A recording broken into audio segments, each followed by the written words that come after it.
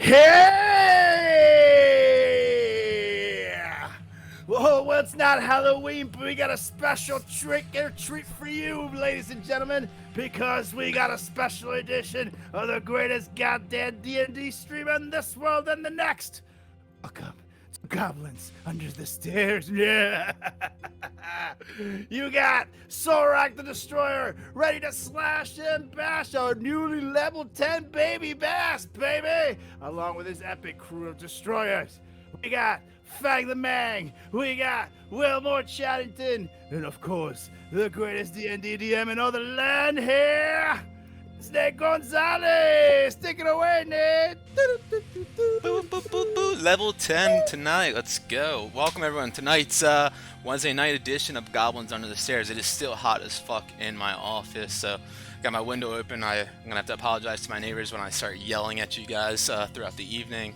They're gonna be like, "What the fuck is going on over there? Who's he killing? Huh? What? Goblins? What?" Anyways, I'm already fucking sweating in here. So yeah, I'm about to rip the inhaler. Let's go ahead and give you guys a recap, a little refresher of what happened just 2 nights ago when we were all together, and jump on into this thing down in the lower level of Ironslag. So the last time we were all together, you guys just started off after clearing out the Yakfolk village of all these vile Yakfolks and began searching around the chief's hut and started freeing some slaves and whatnot. Fang went and met up with his old buddy Misa, who he healed, and they reconnected, and he spoke to him about why Misa's here. Learned that he came here in search of Fang. Fang went out a couple months ago, leaving the temple, trying to get his revenge on these fire giants, and Misa got worried not hearing from him for quite some time, so he thought he'd take some action and go out there and try to find his best friend, and of course got himself in a little bit of trouble with these Zok folks, but Fang and the wrecking crew were able to find him and rescue him, and a couple of the other slaves around the Yakfolk village. Of course, not too many of them were left alive after the Yakfolk went around and started shooting them with their bow and arrows and stabbing them like a fish in a barrel. And you guys started to look around a bit, trying to see how you can get through this iron door to get into the chamber beyond the water wheel where the elevator is to get down into the heart of Ironslag. Wilmore found a key around the Chief Kartakaya's neck and quickly realized that these could open up the chest underneath the floor in his central hut, and then also went over to that door and figured out the riddle on that to open up that door as well by placing a fire on it, or having some sort of fire touch the door in itself. So you guys all got some rest that evening after kind of poking around a little bit and helping out. And the morning came along, and you guys began that descent into Ironslag. Misa let you guys know that the top 13 levels of the elevator shaft will take you throughout all of the mines, and the bottom 2 levels are Ironslag itself. So you guys decided to go on in there and descend all the way down to the bottom level, where you guys learned that Duke Zalto possibly could be. After descending down there, you guys saw some of his hellhounds rolling around a large iron ball in the central room, where you guys could see the dangling mass of this gargantuan Vonindod kind of colossus just hanging there. You guys could just see the legs hanging from some chains in that central room. Decided to kind of hide for a moment, as you guys could hear some goblins scattering around up the north, cleaning up some dishes and eating scraps off of plates in this giant's dining hall. Of course, one of them noticed Solrak hiding behind a pillar after it came chasing after an apple core, and Wilmore just started open blasting on these goblins so that they wouldn't, cause any sort of attention to you guys and go running around and, possibly alerting anyone. So, this fight ensued. Scraps of food flying everywhere, plates exploding off the tables after Eldritch Blast flying here and there. All big sorts of mess happened in this feast hall as you guys took down 30 of these goblins right there. And yeah, you guys are now left here in this feast hall.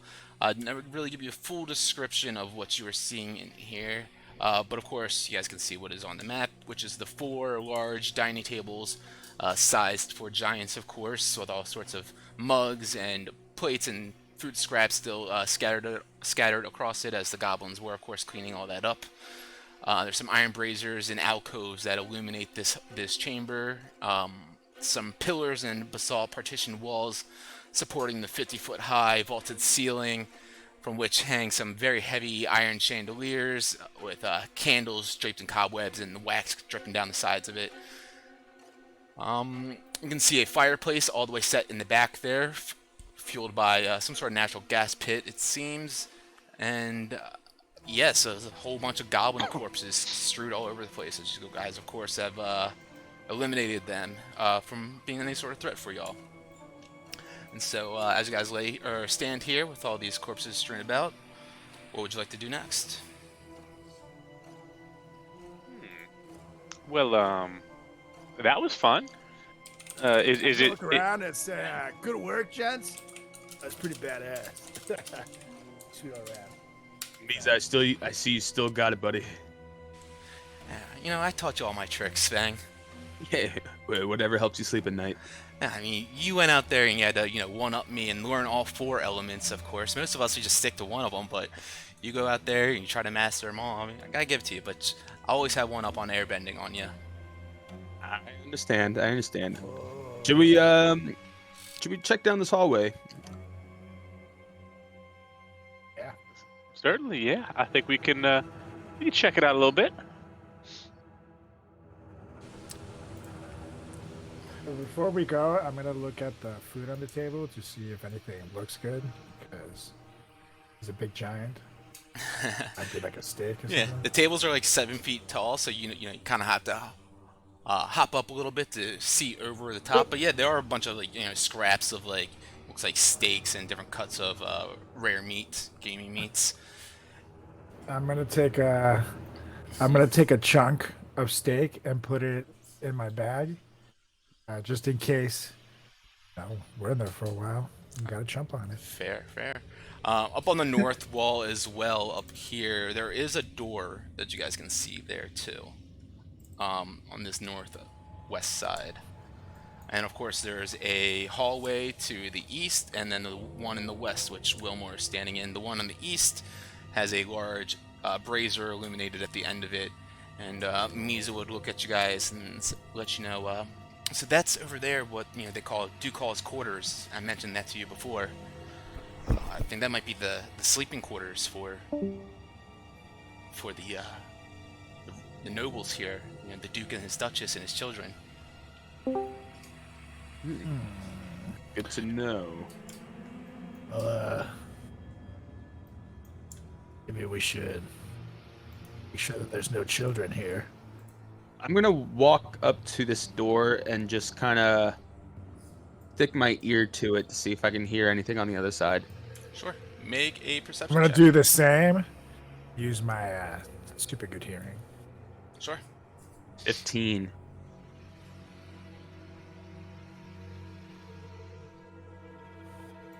Yeah, remember to right click and advantage. Nice. So So yeah, you guys 17. both go over there to kind of listen in, see if you can hear anything beyond that door, and yeah, guys can't really hear much going on beyond there. Doesn't sound like really anything at all. You can hear all the sounds of the chains and iron being struck on stone and mining going all around it within the rest of the chambers, but beyond here, you don't really hear any of that going on. That's clear to me. To make a rule, gents. I know what kind of kids these monsters might grow. If they're no threat to us, we leave them alone. Not here to kill children. Unless they're goblins, we might just want to kill all of them. Well, like I said, they're not a threat. No. If it comes after us. Fun fact: all goblins are Slashing, bashing threats. town. But I'm gonna put my by the way, I'm gonna put my bow and arrow away that I used last time. I have my swords in hands. Cool. So should we Longbow. check out this hallway, or you guys want to go over there to the Zalto's quarters? Maybe he'd keep the conch over there. I'm not sure. Yeah, I'm thinking it might be best to the hallway for after we check out this room. As I'm talking about this, I'm chomping on a piece of meat. Alright. Make a Constitution saving throw.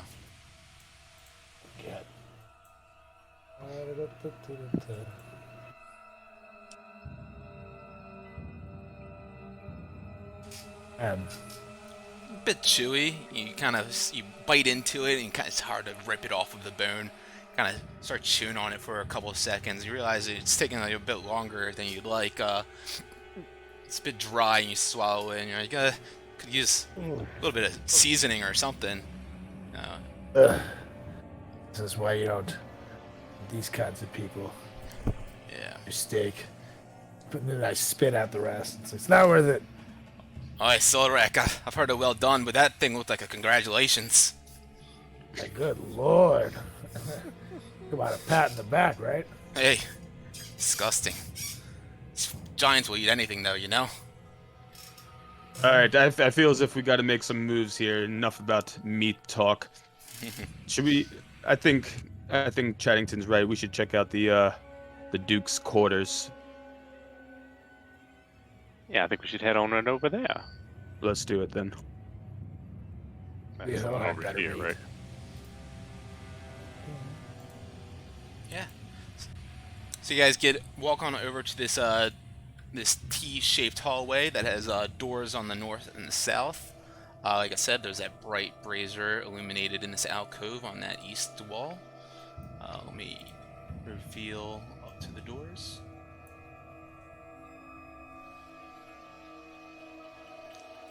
Misa, do you know if is it up or down, or left or right? I guess.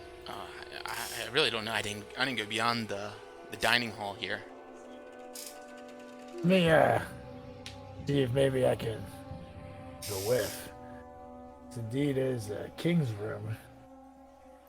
Like it would smell like perfumes and things like that. I'm gonna step ahead of Chattington. I'm gonna take a big whiff this way first. I'm gonna take a big whiff this way after. Okay. And see if it helps me pinpoint it. Go ahead and yeah, make that perception check with advantage. Good baby. 23. 23. Okay. So yeah, you walk up to that north door. And you begin smelling in there, and yeah, you get a waft of some sort of fragrant incense from within that room. You know, something that they would probably strike up, ignite, and would waft and linger that scent into the air. And yeah, when you go down south, you sniff down there as well. You get a light smell of perfume in there, but most importantly, or the first thing that you notice is that you start to hear some crying going on in there. Hey guys. Someone's crying in there.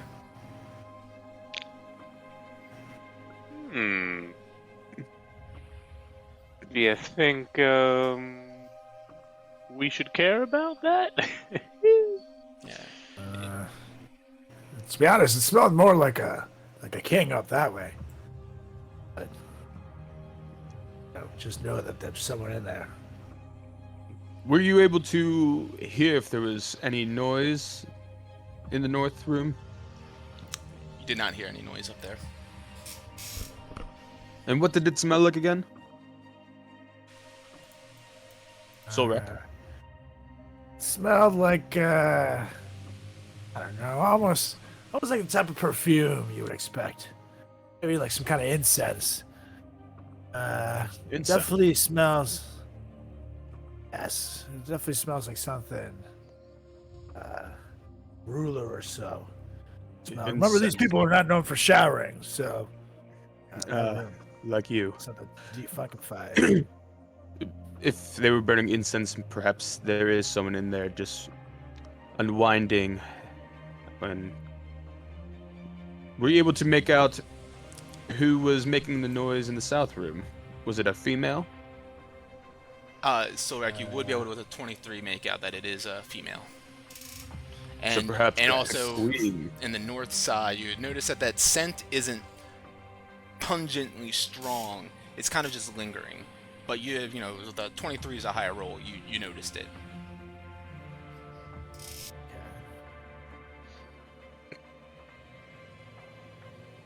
Well, gents, I feel like we should check out the non-crying route first, regardless of the situation.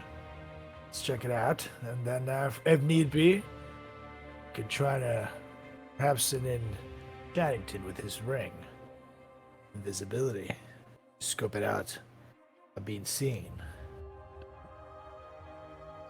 The only issue is the door is going to open. That's going to be a little creepy. But we can certainly give it a shot.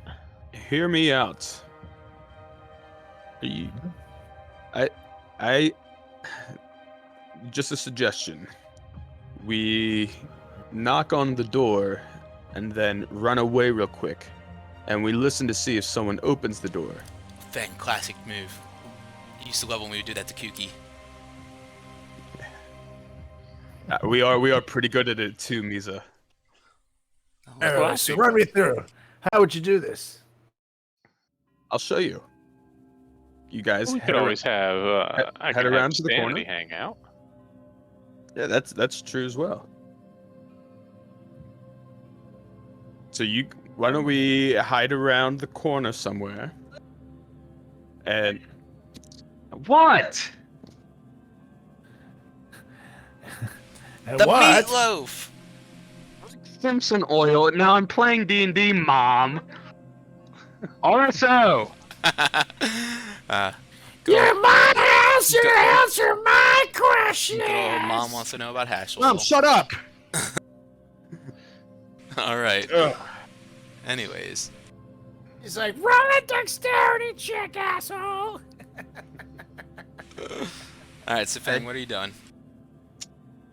again, perhaps we hide around the corner, someone knocks on the door, and we have sanity as our eyes to see if anyone opens the door. I think that's a good idea. I think it's better than just simply opening the door, because then at that point you are simply giving our spot up. We are trying to be stealthy. Like it, but let's check out that room last. Let's check out The south room last. we'll check out the north room first. All right. So who's gonna go knock? Like I said, like Miza and I said, I'm pretty good at this. I've done this once or twice to Master Kuki. So why don't you guys go ahead, hide around the corner somewhere, and I will take care of the rest. I will position Do this myself. bathroom first. I gotta do the north room first. The north room. That's the only door that I'm doing. Oh, okay, I gotcha. I thought We you know were there. doing We know there's someone in the south room. that. Never mind. Yeah, you're right. All right, I'm gonna go over there. I'm gonna go to Chattington and whisper. Is this guy gonna get us killed? Real quick, I think he How- might just get himself killed. how high are the walls? Up in here, they are 50 feet, I believe. Okay. Yeah. Is there an overhang on the door? Like an awning? No. Like some giant crown molding? No. And just so you know, Okay. your wall running, you have to be in movement to be on the wall. You can't just like stand there Gotcha. like Spider-Man. Can't stand there like. Gotcha. Wilmore. That's right. Okay. All right, gents, assume the positions. Maybe our two friends are gonna head over to the other side of the wall. Come on. There we go. Or maybe even perhaps hide like behind a chair or something like that, in case he does come around the this hallway here. To be honest, if someone does come around this way, you could kill it. Yes, but if it's a giant, that might cause a large ruckus, and we're trying to not draw that much attention here. Actually, whoop, I did not mean to do that, but that reminds me. I'm going to put away my demon sword and my one slayer, and I'm going to take out my giant slayer sword. Good call. All right. Well, Fang. yeah, I'll just pop on my ring if needed. If comes down to it, I'll take care of this big one. Yeah, you will. All right, gents, are we ready? I was born ready. Very nice. That's what I like to hear. All right. And with that being said, I give it a pretty large dunk, dunk, dunk on the door, and then I bolt. I'm like kind of like snickering, like Fang, Zelda pranks. you knock on the door and quickly begin running around the corner. Make an acrobatics check as you begin trying to sprint out of that sight as quickly as possible. 19. All right. You kick up some dirt and turn around that corner and hide next to Wilmore and Solrak. Solrak's chuckling to himself for some reason. And you guys wait there for a couple of moments. And don't seem to hear anything come about around that corner. I think it's clear, gentlemen. All right, let's go check to see if that door is unlocked. And, how high are the doorknobs on these things? They are 10 feet. All right, so I'm gonna stack Charrington on my shoulders to try to open it. Hear me out. I'm gonna walk up the door and just twist the knob. And Walk then up it. Solrak, is it a push or a pull door? It Fucking no. it pushes open. All right, Solrak, push it. Start pushing it. All right, so you twist the handle up there, Fang. Solrak begins pushing. Solrak, go ahead and give me an athletics check. As Fang unlatches the door, Solrak drops his 17. shoulder into it and begins digging his feet into the ground and pushing the door open, and it creaks open, revealing the chamber beyond it. Oh. See, is that a giant coffin I see on the right? No, it is not. It could be though if you wanted to, because that sounds sweet. So yes, in here in this chamber, you can see an enormous bed with a frame made from crisscrossing iron sword blades welded together all the way on that north side. Dangling above the bed are large chains and manacles, the purpose of which is probably only known to the Duke and the Duchess. There's a 15-foot diameter shield made from looks like black dragon scales displayed on the north wall beyond the bed. An iron chandelier hangs from the ceiling over the center of the room, near the foot of the bed. A chain connected to the chandelier is snagged on an iron hook mounted to the east wall above a 10-foot basalt table with some valuable items resting on it. It appears with a large iron chest tucked underneath of it. You can see on the west wall 2 wardrobes of fire-scorched wood standing up there. One of the doors open on each one. A giant barrel in the southeast corner seems like it possibly serves as a stool of sorts, as it sits in front of like a full-length mirror mounted in that south corner of the east wall. And you can see an iron brazier hanging from a hook mounted on the south wall near the door as well.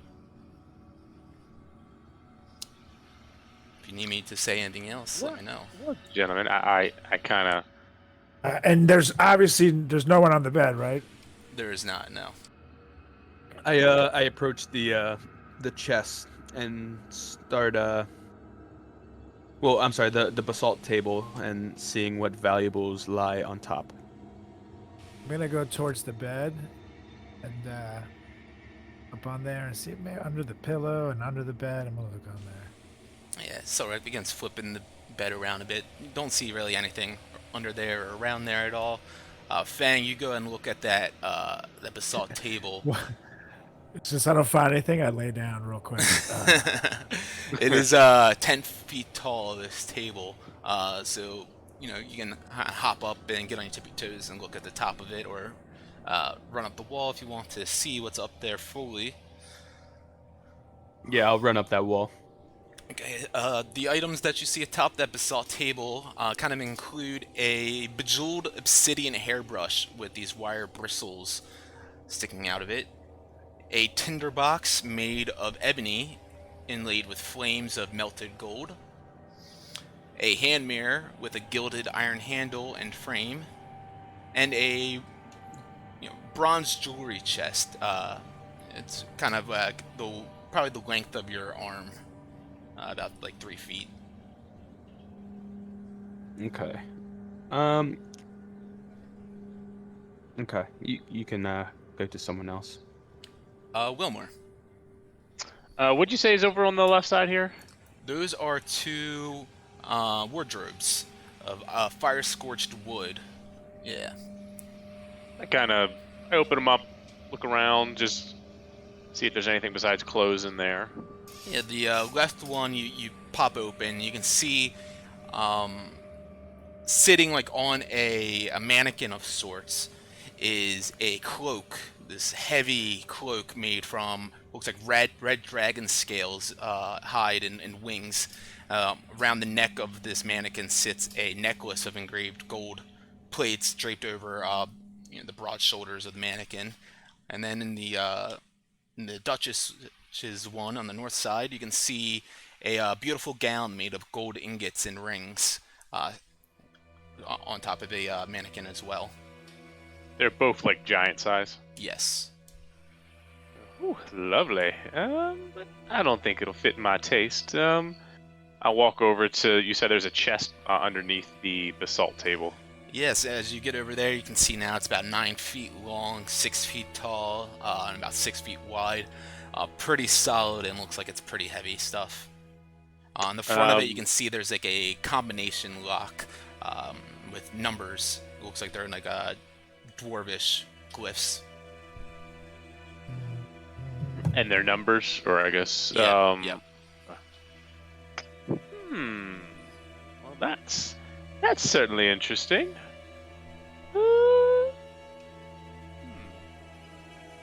Gonna have to find the lock for that.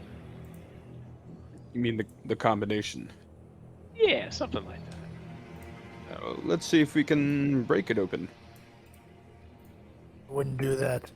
I would give away our positioning here. Say as I'm laying from the bed and my eyes are literally closed, but I'm just like listening and talking. I drop down from the table to the chest, on top of the chest, and like I'm gonna give it like a nice the lock a nice smack with my quarterstaff. Try and break it. Sure. Go ahead and make a attack roll with your dex modifier, which is your typical. Fucking A, 11. 11, yeah, you go to smack it, and thing doesn't budge at all.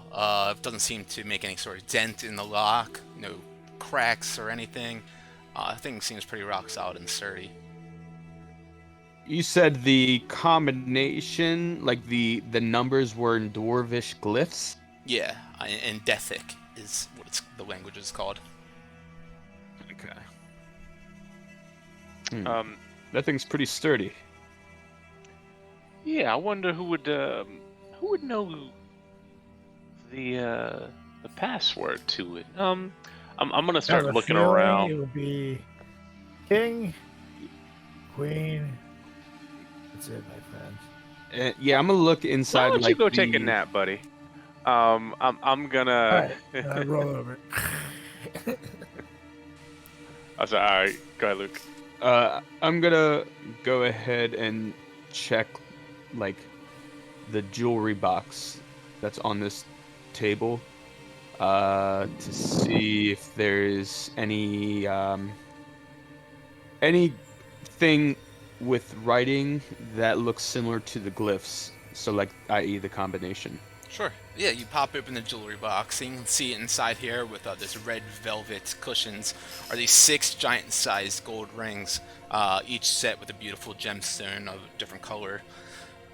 You look over the box and everything. Go ahead and give me a perception check. Okay. I'm gonna take those rings. Okay. And then perception. Okay, so in your inventory, you can just like custom 13. add 6 giant-sized gold rings with gemstones. 13, you begin looking around the box after you pull the rings out, kind of lift up the cushion and start pulling on the corner and see if there's anything that you can find in there. And yeah, you're not really finding anything. Nothing in the dwarvish glyphs, no writings, no secret compartments or anything.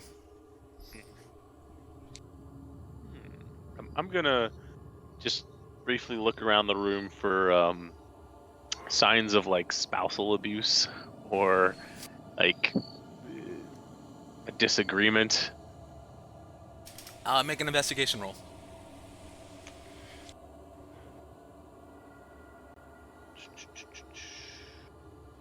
Investigation. Oh, big investigator. You look around trying to piece together any clues of maybe any sort of abuse or anything, and you look around and you gaze up at the chains that are hanging up on the wall, and eyebrow raises for a second thinking about the possibilities, and then you shudder and shake it off, and yeah, you can't really think of anything. Well, I have a feeling something very important might be in that chest. Oh, really? I say when I lay from bed. Oh, I go, Solak, he's sleep talking again. Don't mind him. could you just get off your ass and try and help us? You told me to take a nap. You want me to get up. Well, which is it? I'll admit, Solrek, you are the strongest one of the group. Could you please help us open this lock? Or at least look for a combination. Alright. Yes, we have to find. However, I don't think they would put a combination to the chest in the same room as the chest. That would kind of defeat the purpose of it, wouldn't it? So, I don't think it's going to be in here. Got it. I will look. And I'm going to look around Hey, sarcastically, but I'm still looking. All right, make a perception with disadvantage then if it's sarcastic. I knew that was coming too. You can make a flat roll. That's actually amazing. I could totally do this advantage. That would be fantastic. Because you're just kind of like looking around. Yeah, don't really see much.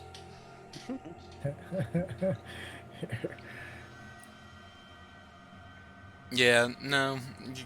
You roll over one side of the bed and look over, and then you roll over to the other side of the bed and look over. And just kind of shrug. Yeah, looking really hard over here, guys. I don't see anything.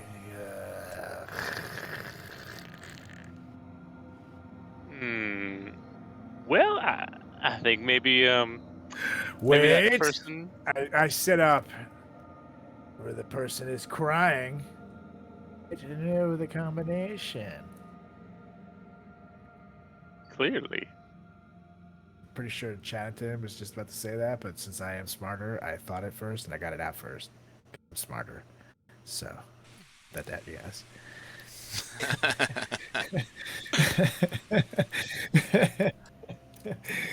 Reginald So, looks around.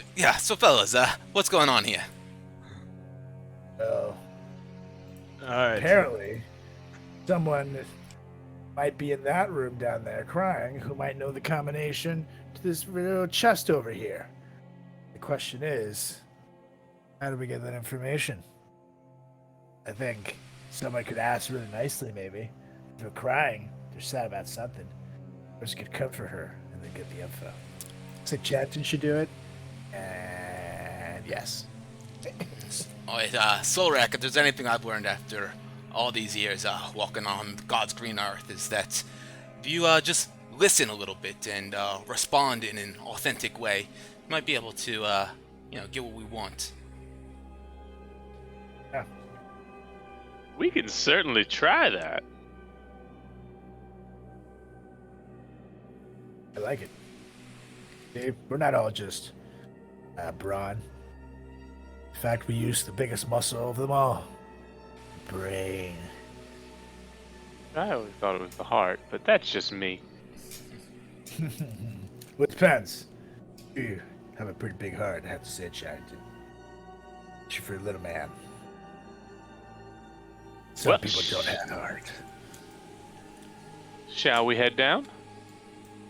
Let's do it. Off the bed. Oh, damn.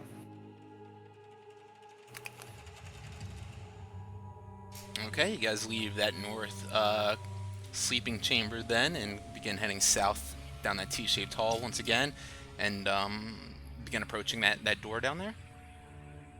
I quietly say, I don't think we should all go in there. One of us should. We do realize she's still a giant, and probably may like it here, but we can try. Wilmore, I'll try. Offer her something in return. what's your passive perception, Wilmore? Passive perception is 15. Okay. And as you get down here, you can hear that crying, just kind of very subtly coming from beneath the crack of the door. You can hear this female kind of crying out, "He won't let me go anywhere ever! Why can't I leave this damned place? Just want to go out and explore the world!" And then you just hear a couple of like voices hushing and trying to calm down the crying of this female voice. So I hear other people in there too. You do. Well, gentlemen, I think there may be some others in here as well. Perhaps we should not go in there yet. Perhaps we try the knocking thing again. At least maybe we see who's in there.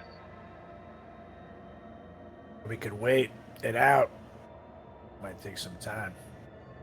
Some I don't patience. know. Do we know if we have time, though? What if the Duke tries to come back and hang out, if you will? Oh. Sure, I definitely do not want to watch that. We could also hide in the room and hope he doesn't find us. See if he uses code himself.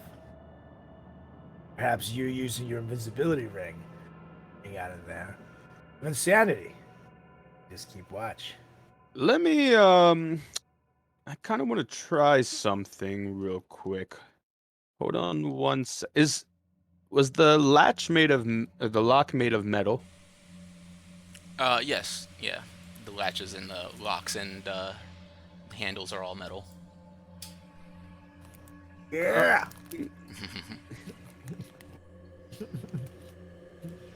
Ride the tiger.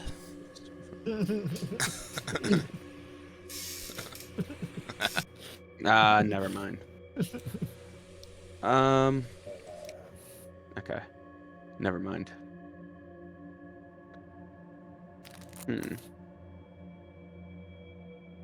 I don't think we should get ourselves involved with the south room, guys. Okay. We should wait. But I do think it's worth talking to whoever's crying. I don't know. The Well- knocking game could be good. Then one of us goes in there and talks to them. Perhaps you could use it as a way to draw at who's ever in there. But my only concern is they're going to think, why are there people like us in Ironslag? It's true. Wilmore, as you're down there closer to the door, you hear something kind of smash against one of the walls. And then, "It's not fair! He won't let me go anywhere! Zaltembo can go out on the hunts and the raids, but I have to stay here in the darkness! It's not fair!" Gentlemen, I really think we might be able to persuade whatever's in here if we can get them alone. After hearing that, I would say that's probably not a bad idea. But maybe just one of us. The thing is, there's more than one in there, so we need to get the rest out first. Let's The other voice that you heard comforting Wilmore did not sound like a giant, though. It sounded more goblin-esque, maybe even hobgoblin-esque. I tell you what, why don't you just back up, gentlemen. Okay. Back to the corner or where? Back to wherever you want to be. I turn invisible and I knock on the door. And I'm gonna run back over. All right. Yeah, you turn invisible and begin knocking on that door. Boom, boom, boom, boom. And I like put myself like to the side of wherever it's gonna open up. Okay. The door swings inward, and a hobgoblin comes to the door, answering it, looking around all around the corner and everything. Everyone make a stealth check. It just cracks open that door and begins to just like, doesn't go out into the hallway at first, just kind of nosily looking around. 28, nice. That's funny. When I go to the thing. Oh, I got to roll. I guess I got an advantage because I'm invisible, right? Or Yeah, that's cool. Did you change your picture too? yeah. Nice, good job. I got to re-roll that one though, so we'll roll another stealth check.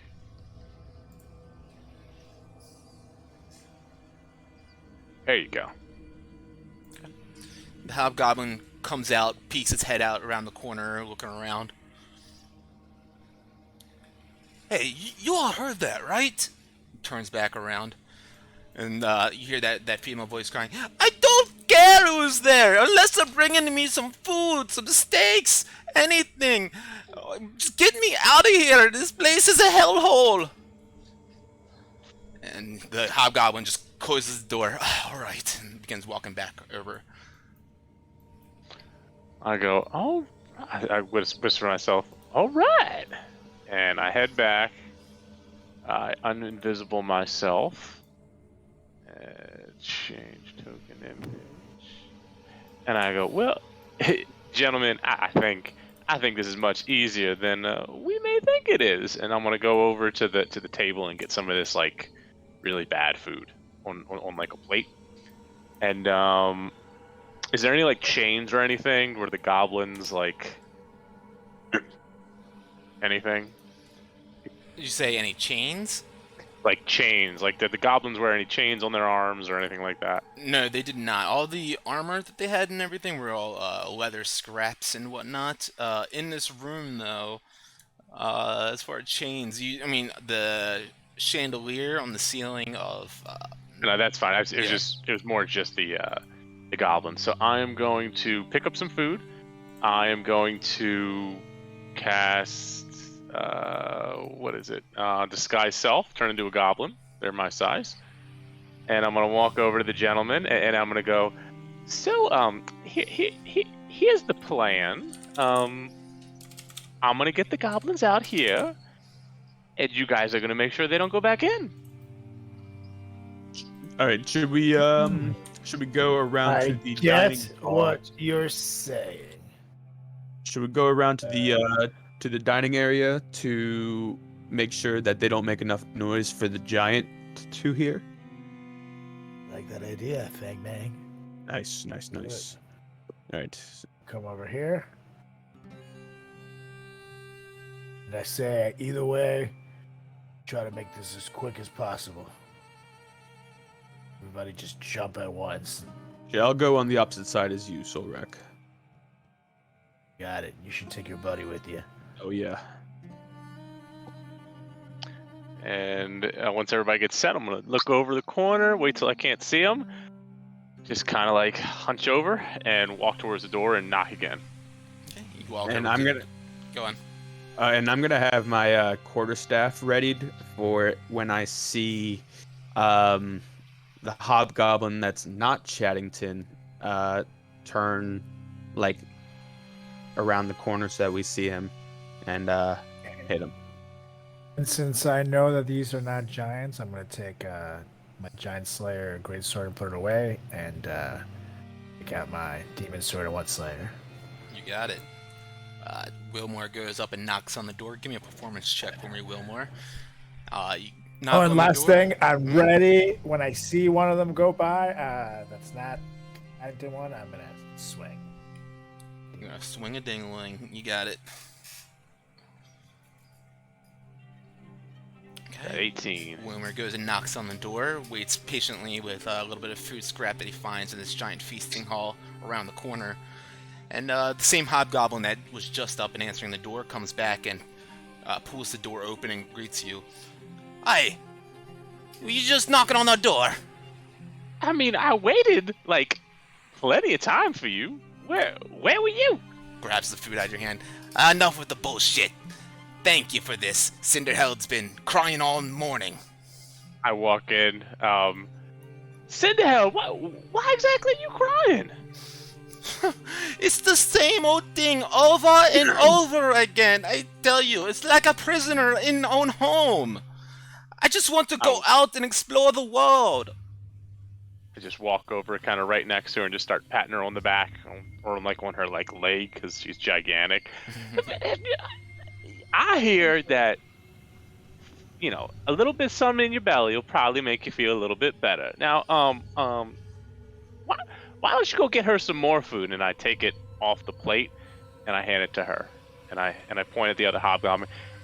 Why don't you just go get her another ham hock, and you let me deal with this for a little bit? I make a persuasion check. You're telling this to both of them or a singular one? No, both of them. Okay.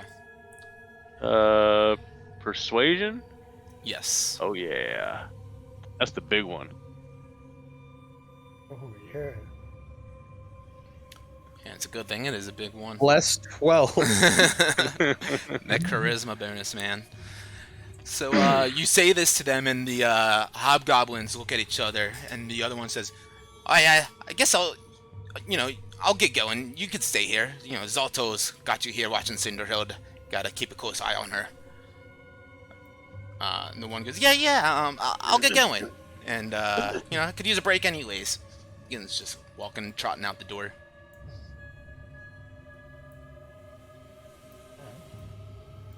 Looking at everyone. Give a nod.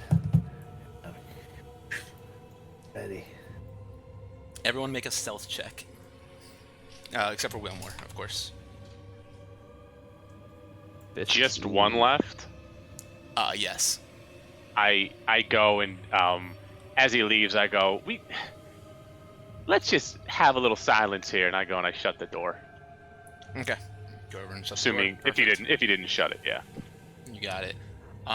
Okay, this hobgoblin keeps on pushing over, kind of whistling to itself, a bit tired after a continuous shift of just watching this nagging and annoying princess of this Duke Zalto just crying and complaining nonstop about how she wants to leave Ironslag and how, tired as she is of being in here and in the darkness, wants to explore the worlds and the wonders of nature, and just kind of just like looking around and exhausted, and doesn't even notice you guys standing around this corner as it breaks into the threshold of this dining hall.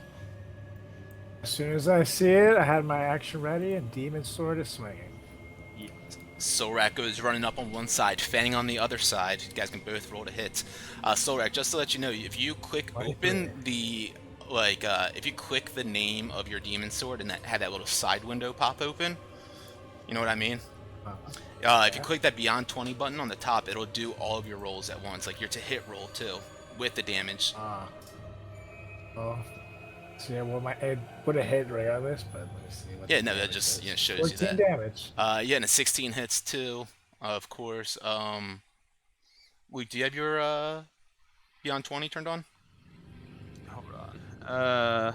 Let's see. Super cool. All good. But yeah, no, you guys come up running up in between with this thing sandwiched in between you. Solrak slashing down low, Fang coming up over top with his quarterstaff, bonking on its head, and this thing just kind of completely crumbles under the slash from Solrak, and then the Ooh, wait, does that pummeling. also do my fire damage? It Sorry does, to yeah. interrupt. It does. Yeah, it's a Yeah, 2. sorry.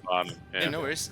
The thing only had 14 hit points anyways, so you guys just completely crush it as it comes around this corner, not even making a sound other than the crushing of the bones after Fang pummels its skull, and you slash through its ankles and calves. Wilmer, you don't even hear that going on around the corner. So you can continue on if you'd like. So Look at Fang, and I gave him a little quiet pound.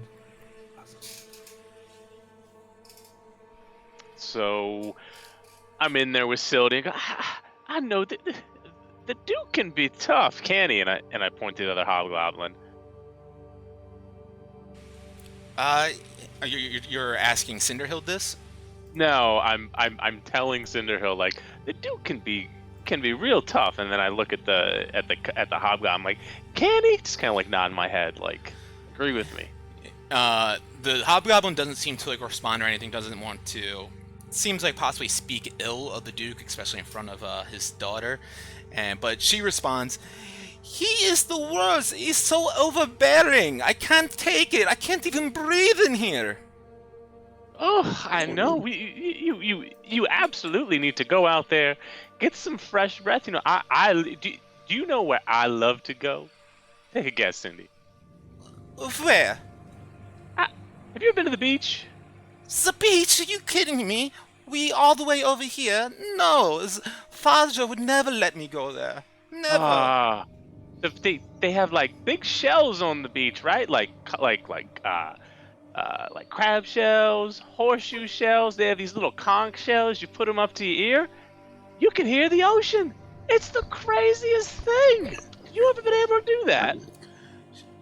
What is your point, little goblin man? What do you want with me? You're wasting my time. She just kind of puts her face in the bed and starts hitting the bed and kicking her feet. I hate it here. Well, I'm trying to give you ways to mentally escape here. It's tough. It's tough. And I think I agree. It's not fun here. Oh, what are you going to do about this? Will you take me out of here? Will you rescue me, little goblin? You can't do nothing. Faja has you under his foot too. That is true, and he does have big feet. I will admit that. But there may or may not be ways out of here. I mean, I don't know. I'm just hungry still. Could you go get another slice of meat, my friend? Pointing at the other one. Yeah, sure. I'll be right back. Just kind of turns around and begins heading out the door. Opens it up and looks back at you and Cinderhill. Give me a deception check. I'm gonna ready up if anybody else comes back out. Okay. Within that time, I would have dragged the body out of the middle of the hallway. Okay. Probably a good call. Okay, dragging that hobgoblin back around. The one leaving the chambers looks at the goblin standing in the room next to Cinderhill's bed, kind of raises an eyebrow, scoffs, and then just gently turns around and closes the door behind it and walks into the hallway. Begins walking down again. Fang and Solrak, go ahead and make a stealth check.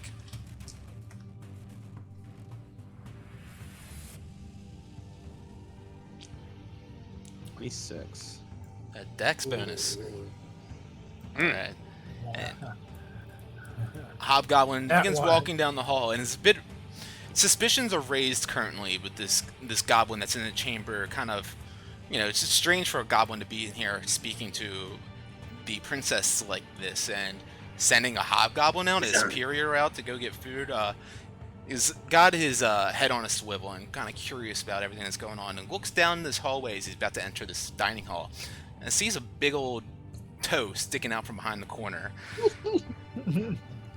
And like he stops for a moment and then sees your toe kind of stomping right there, like waiting patiently, like you're getting anxious for this thing to come around the corner because you know it's coming. And this hobgoblin stops for a moment. Hey, who's going there? No trickery. Show your faces. I literally like do nothing and I just my toe. Go on, step on out, show yourself. I go, Meow. Meow. Make a deception with disadvantage. Oh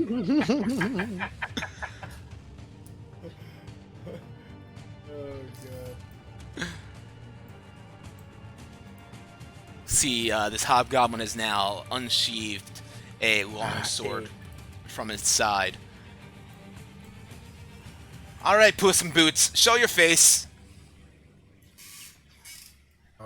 And begins turning the corner and sees you there now. And this long sword is out in its hand. Fang, he has no idea you are behind him. Can I go for a sneak attack? You can. Nice. You can attack with advantage. But you probably won't need it. 15. Let me double check the AC. Roll that with advantage. Oh yeah, 21. Okay. Yeah, roll your damage. 7 damage. You smack him across the head with a baseball swing. Goes turning around after spittle and blood goes flying across, and he now sees you, kind of looking a bit dazed and woozy. And I just go, meow. You can take another attack swing if you want now. Not with advantage. 22. And I think yeah, you have a +5, so. And then 7 more damage. Swing again across his face, and lights out. He just goes falling backwards. Shield and longsword clanging against the ground, and he is dead. I searched their bodies to see if maybe they would have a combination on to the chest. Go ahead and make an investigation or perception. Actually, you don't need to. You just go around and look around the bodies and don't see any sort of combination Gotcha. note or anything like that. They both have long swords on them. If you wanted an extra long sword and some chainmail and a shield, but yeah, nothing crazy. All right, I'm gonna pull that body to the side as well. And Alright, then help. I'm gonna lift the feet. That goes quicker. Oh, he's still wrecked. Take a couple steps back, mate. You got big fucking feet. Well, to be fair, my sweet cat noises did distract him enough, so now, should we hide in the Duke's quarters now, and perhaps Chaddington with his with the way he is, he can get the queen out of the room and away from here. You guys decide. I'm gonna grab a drink real quick. It's hot in here. That's a good idea. All right, so we move to the quarters. All right. And I'm also going. Yeah, I don't think she's the queen. I think she's his daughter. The daughter. The daughter. Right. Yeah, I just realized I keep saying queen. I'm gonna grab water real quick too.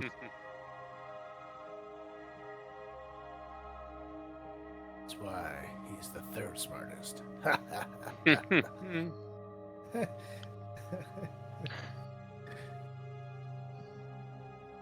We're gonna have to kill her. I just got that feeling. Me too. But that's really gonna piss him off. I mean, we're gonna kill him too, That's true. right? Oh no, he's angry. He's gonna fight us. What will I ever do? Did anyways. And he's gonna take us out of his Christmas cards. I know, man.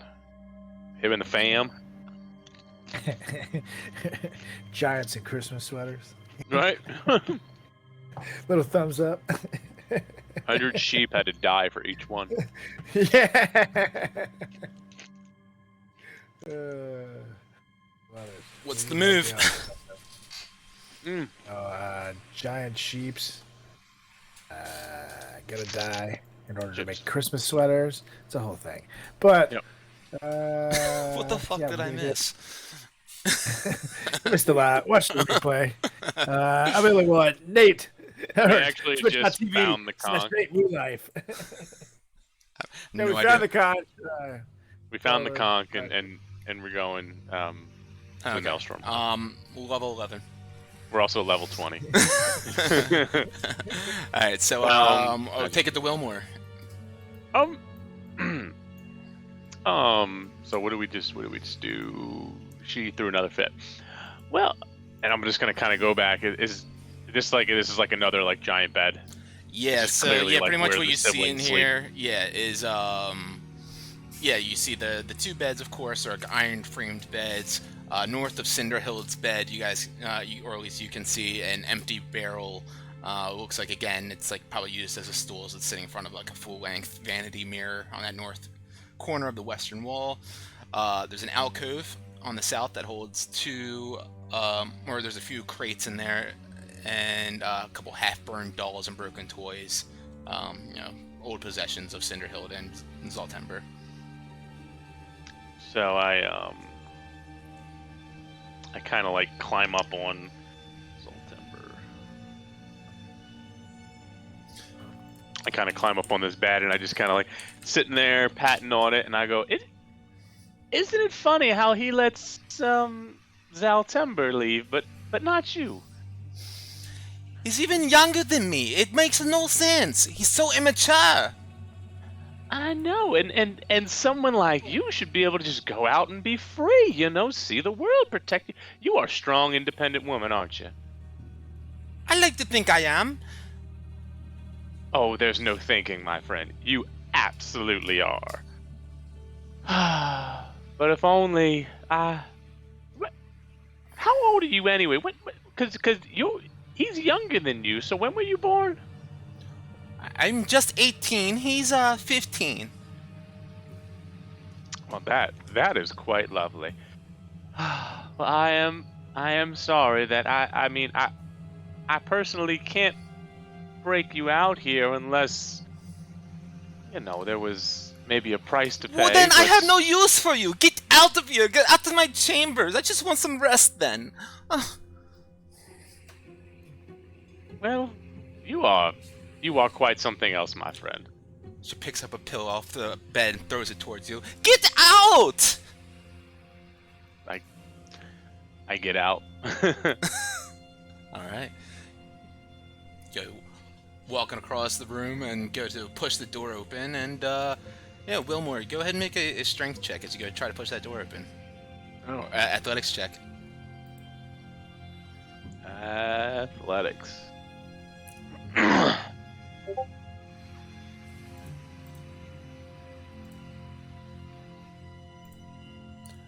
21? Damn, Yeah, little goblin Wilmore goes and just nudges into the door and pushes it open, as if it's not a 20-foot tall door, and pushes himself out into the other side of the hallway. Yeah, right? Jaddington. Just kind of walk. Yeah. Don't let the door hit you on the way out! Don't worry, it won't. And another pillow slams into the door as you just close behind you. And I kind of walk up here. I guess I heard them say and I'm up here and go, well, there's no chance in hell I'm dealing with that. Did you see anything in that room that might be of interest to us? Not really. It's just a sibling's room. I don't know. I don't think this is going to be much help unless we can always go in and try to force her. But again, I don't know if she'd even know the combination. Well, Seems like her and Dad aren't friends. did you learn anything of useful information from her at all, or what did you learn Well, from her? She just wants to leave. She just wants to get out of Ironslag. I mean, can't say I blame her, but yeah.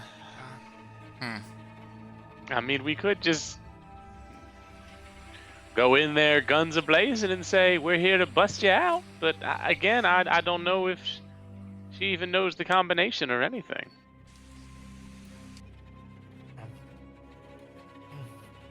I don't know. I think it's just best to leave her be. Ron.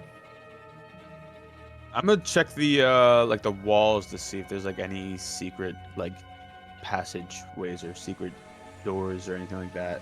Yeah, you can make an investigation roll. Trying to feel around and look around for any kind of notches or secret levers or 5. see nothing. Yeah.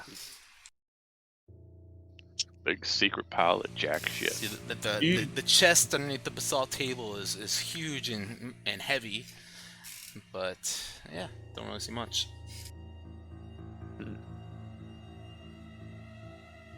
Well, gentlemen, what do you think the move is here? I said we are exploring. Perhaps we'll find someone who know that code. Torek, why don't you try breaking the lock? Alrighty. The old college try. You can make a athletics check if you're trying to break it open.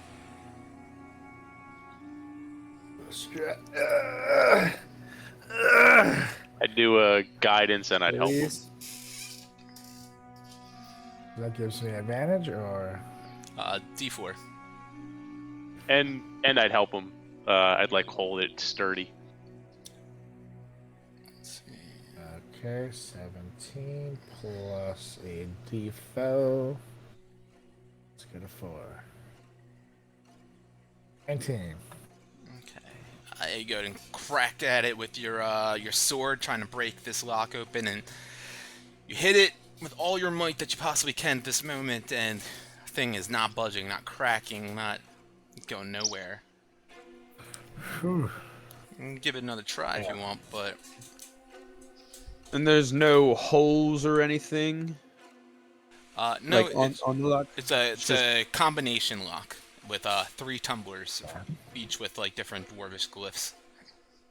You know, numbers 0 through 9 on it, like a typical combination You lock. said it's only 3 of them? Correct. Do I recall seeing the glyphs on the lock anywhere at some point? No, I don't think so. Well, I'm going to do the equivalent of 111, 112, 113, 114 on this thing while we're sitting there doing nothing. Silhouette goes around and starts trying to go through 1 through whatever, flipping through, and you go for about 10 minutes doing this and realize you're not getting anywhere. You can try if you want to. No, yeah, you're just not getting anywhere. I'm gonna study. I'm gonna study the symbols that are available. You know, like the 1 through 10, so to learn what those are in case I see this again somewhere. Sure, you can make a history or an intelligence check, general intelligence, but history is probably going to be higher for you.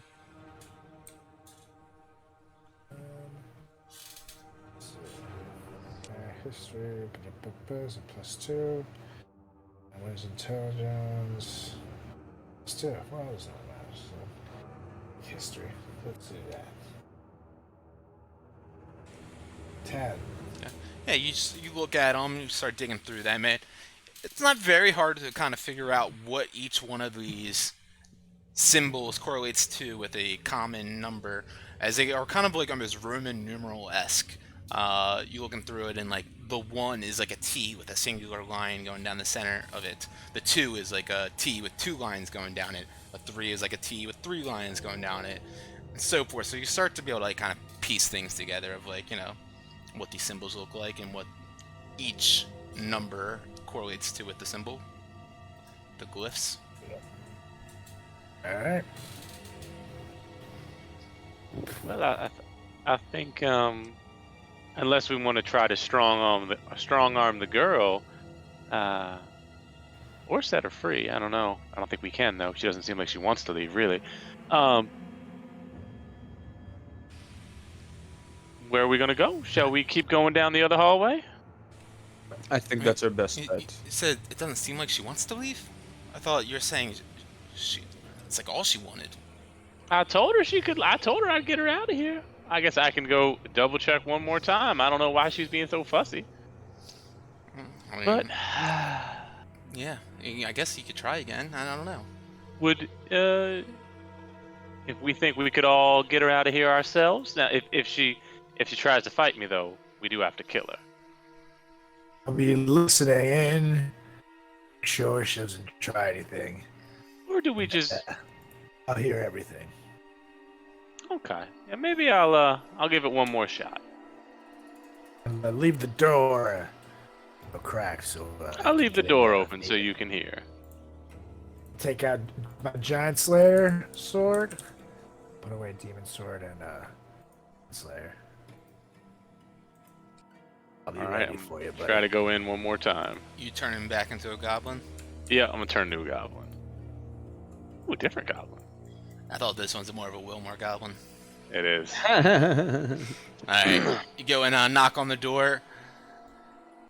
Boom, boom, boom. Oh, come in! Just enter! I just enter. You push open the door then. It's a little greased for you since you just had it open and you're able to push it on open, and after a little bit of a struggle, and she's still kicking and screaming on the bed. It's you again! What do you want? Well, Cindy, I've talked to my friends, and I guess why don't you just leave? Why don't we get you out of here, my friend? You'll help me out of here? Yeah, why can't you leave anyway? Papa won't let me. So why don't we just get up and leave then? Well, Papa has guards stationed at the doors, and I can't just leave. They won't let me. Let's just leave. Trust me. I assure you they'll let you. You would want army. Well, I as soon as she says that, I put in like, well, funny you ask. She sits up I real quick, putting her impressively- hand on the bed. Who are you? What's going on here? Don't worry, Your Highness. I am here to do your bidding. Get you out of here, if you wish. And I kneel down, put my sword down. I'm pretending I'm pledging allegiance to her, essentially. Make a persuasion with advantage. Silrak has advantage with all charisma checks against giants with his helmet on.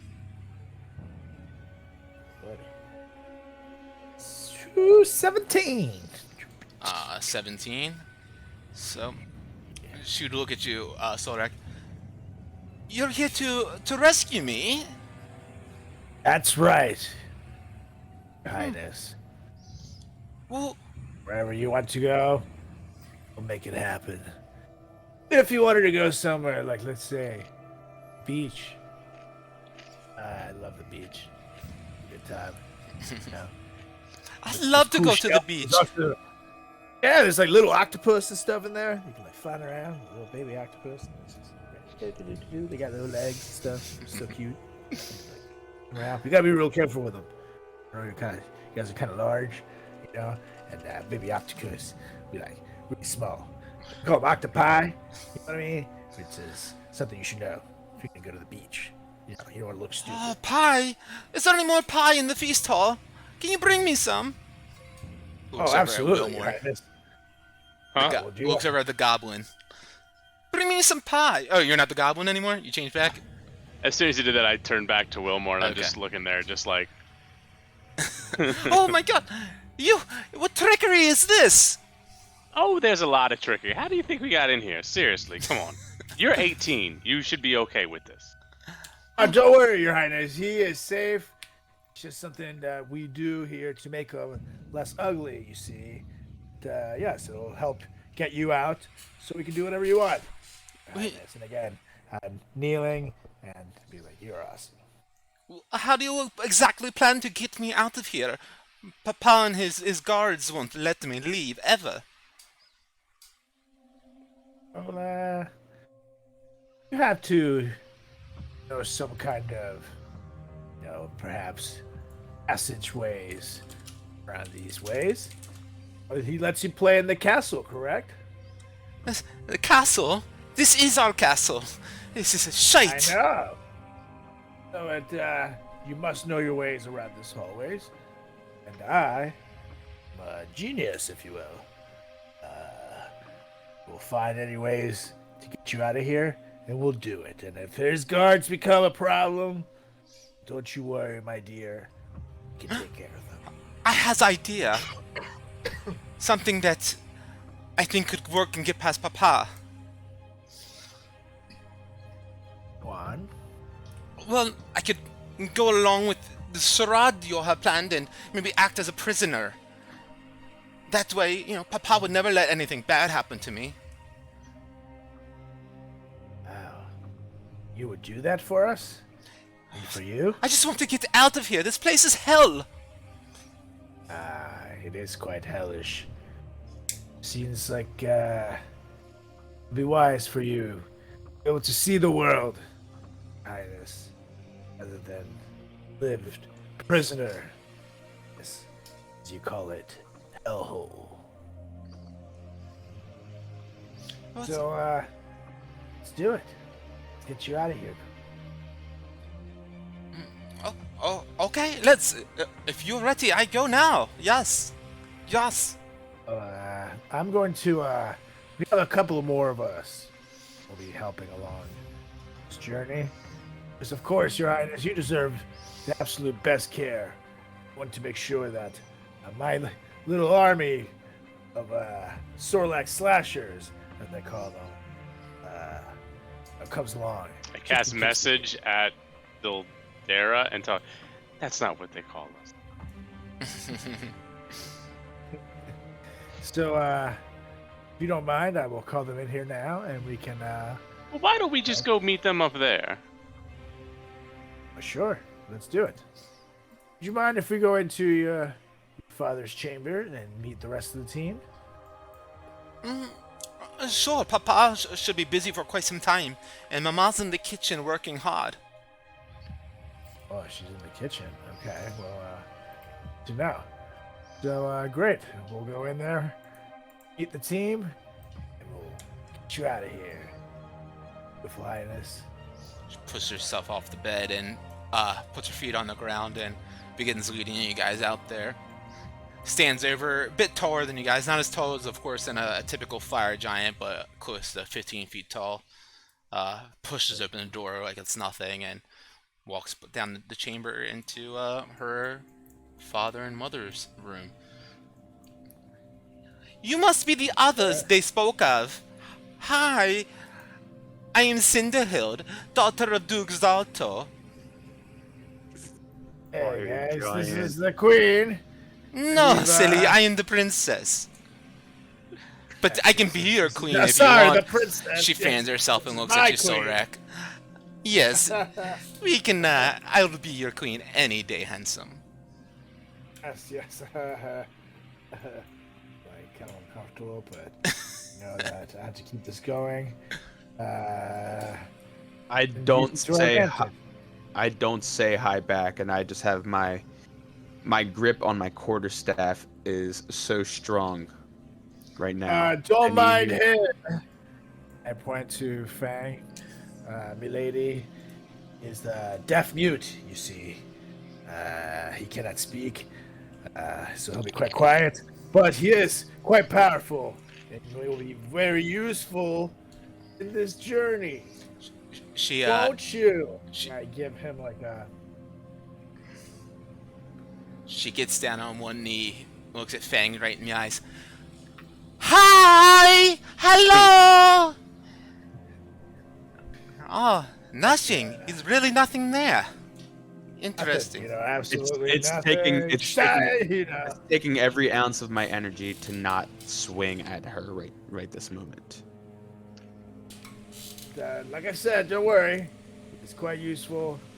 Despite He's absolute lack of brain. No. They're powerful. I kind of yell over to Fang. Hey, Fang, buddy, do you think you can help me with this? I think I almost got it. And I'm like playing with the chest, like in a way that Sildy can like see when I'm trying to get into it. Okay. Oh, you'll never be able to get in that thing. She looks at you and says, Why? I thought I had it. well, only Papa and Mama knows the code, of course.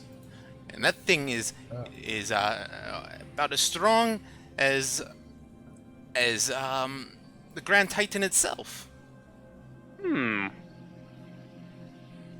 What do you that think is in there? Ask the her. Grand Titan? Oh yes, Megara, the fire primordial that Papa sent the Doral to go after to be able to finally fire up our forges. All he talks about is this Dragon Slayer this, Dragon Slayer that. He doesn't even care about me, his own daughter.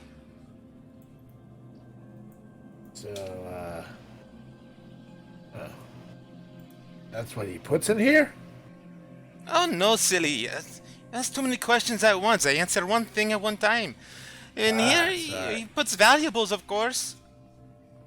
I don't know exactly like what's what? in here, but imagine things he don't want anyone else to find. So, it's good to know. Perhaps we can use that, if you don't mind, in our, little game or ruse to get you out of here, you see. If we're able to get the contents of what's in this box, we can use it as leverage so he doesn't go after us after we get you out of here, because we want to make sure that he can't just drag you back in. Right, McQueen? It's a possibility, of course. I make sure to really name when I say my queen. Well, it's Well, I think perhaps you want to get in this chest? that's that chest. Yes, I mean, as I said, Papa would never let anything bad happen to me. Perhaps, if you want to figure it out, he would, I'm sure, give you the combination if you were to threaten him that you were going to hurt me or damage me or kill me or capture me or something. Absolutely. And no, I would absolutely never harm a hair. Would it be Beautiful. easier to Beautiful maybe hair. do that with your mother? What you mean? Well, the Duke. Maybe he has other things going. I mean, he doesn't even let you out. I mean, couldn't we just ask your mom for the code with the threatening and the death and all that? But she doesn't make the decision to let her Oh, leave. Papa definitely listens to Mama. She has the Yeah. final word. Well, in that case, Chatty, it could be a good idea.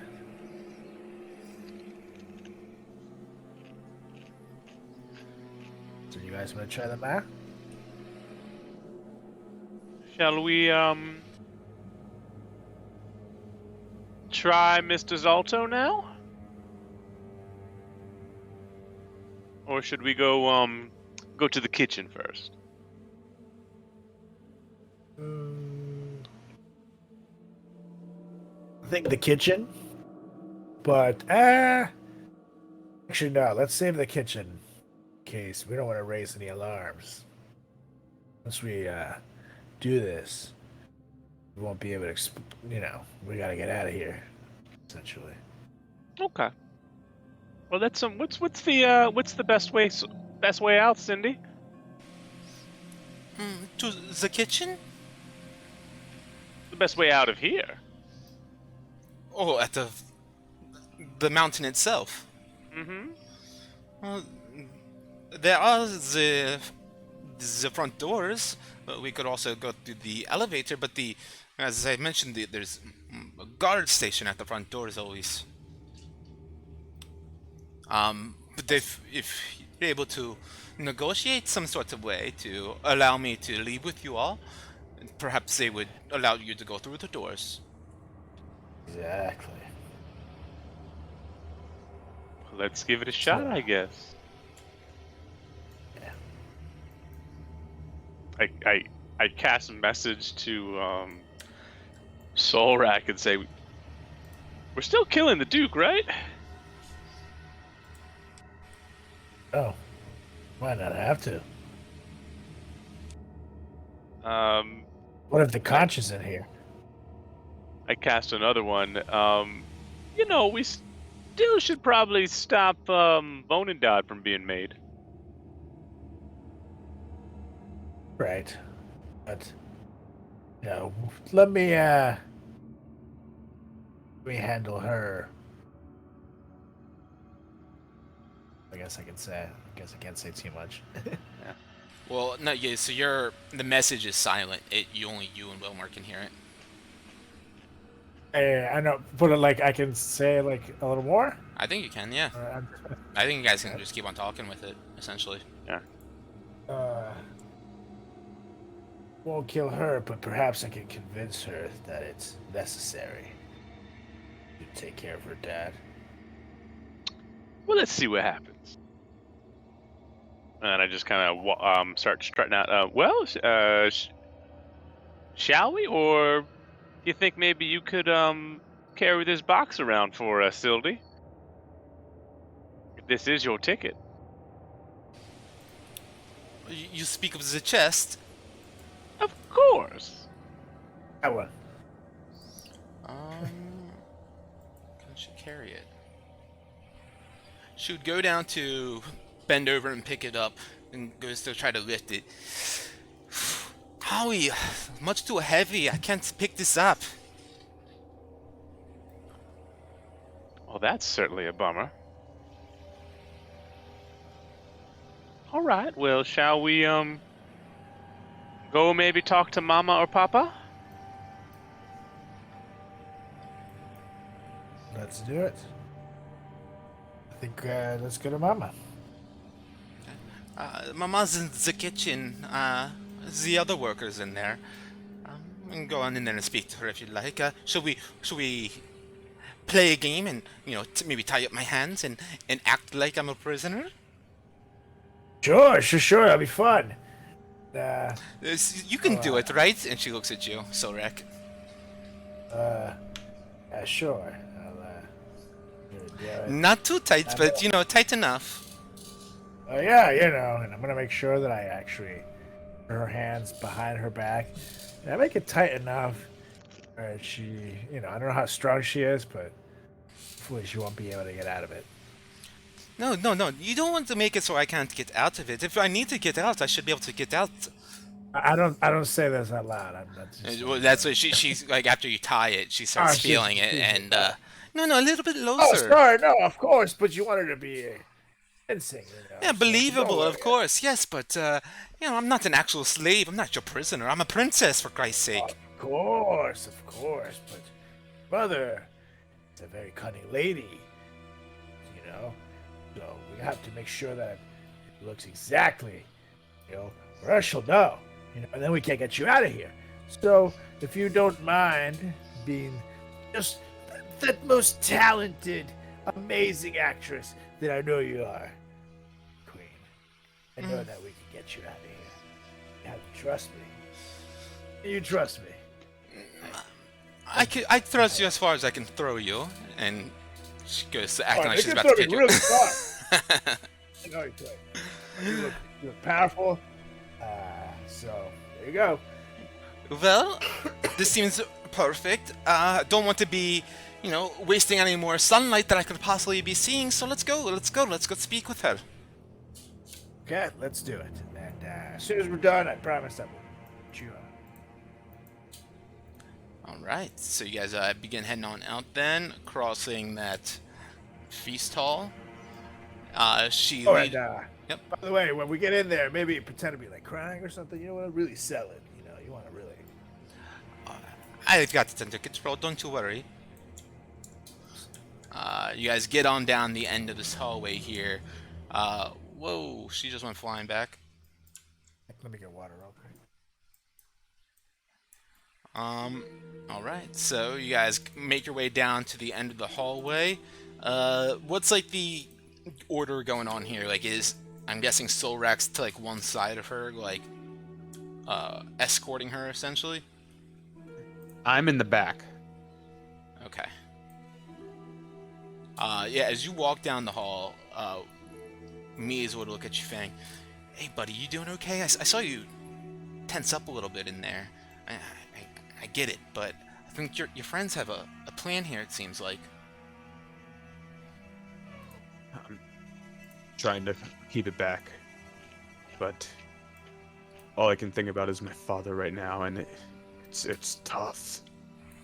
I totally get it, buddy. Trust me. I think this might be in our best interest right now, and we'll get your revenge. Don't you worry about it. When the time is right, we'll be able to strike. As Master Kuki always said, patience is a virtue. You're right. Thank you for bringing me back down to earth. Yeah, you got it, buddy. Kind of pats you on the back, rubs your upper back a little bit, and Cinderhill would say, "Well, are we ready?" She kind of whispers and looks around to everyone. Yes, we are ready. Lead the way, my queen. Can you I think I'm take us ready to to the go. kitchen, perhaps? Okay, she leads you guys into this chamber, pushing open the doors. And inside, boom, boom, boom, you guys can move your way on inside now if you'd like. You can see, standing between some black basalt pillars are two 10-foot tall black basalt tables. It looks like they're used for all sorts of food preparation. As you can see, two ogres working with foods on the north side of each one of them. Goblins kind of running all around, performing menial tasks and cleaning up and chopping up food and cleaning plates and helping out where they can. You guys see a big fire giant Duchess, Brimscara, you would assume, down in the lower west side, standing in front of a fireplace with this big cauldron with a large iron spoon to her lips, blowing on it, cooling it down before tasting it. Little bit of salt. And you see 5 smoke mephits kind of dancing and flying all around her, cackling with glee. There's 2 ogres that you guys can see wearing these grease-stained leather aprons, kind of all turn after they're chopping up the vegetables and meats. And you all approach, walking through the doors, and Brimscarda stops putting the spoon to her lips after she sees these adventurers walking in with her daughter in chains or in ropes, tied up with her hands behind her. I'm gonna come in and all right, see, everybody, put your weapons down. Yeah, the girl gets it here. Looking around. Let's do it. See all the goblins kind of running out from these different little side rooms where they're washing dishes and pulling food from and barrels and all this sorts of stuff, and they all kind of stop and back up a little bit, and the ogre is looking grunt at you, and Brimscarda puts the spoon down and says, "Everybody stand back! Stand back! What is the purpose of this?" Oh, what is the purpose of this? Yes. Hey, don't you get any closer? You step back. One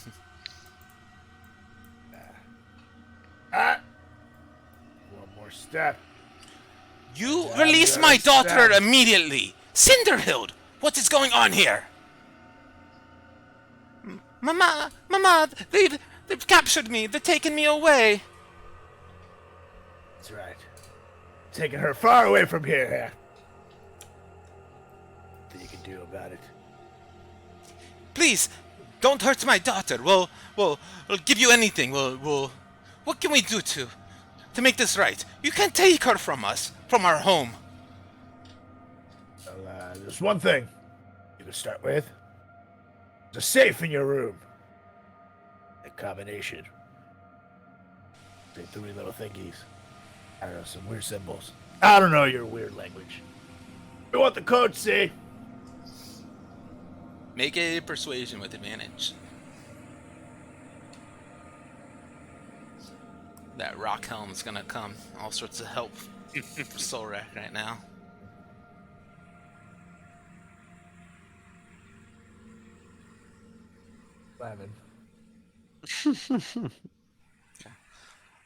It's almost a 14. Another goddamn ball bounce. She looks at you. You want in our chest? Well, you hand over our daughter first, and I'll give you what you want out of it. Sure, certainly. No, absolutely not. As soon as we give you your daughter, you will send everybody surely to attack and kill us. We're not that stupid, woman.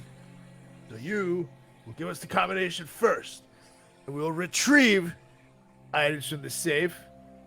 Then we will leave here with your daughter, get a certain distance away, where we'll leave her there for you.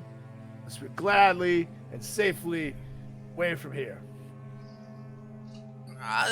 Let's go to the room together. I will open up the safe for you, and you can grab what you want out of there, and then take my sweet daughter in return.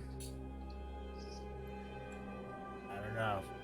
I think we will need to walk out of here for safety because, as you can see, you are quite large. And as you know, you're as large as you are beautiful. Adam, I do know the bird likes me, so I'm going to try my luck. The old lady and this kidnapping here.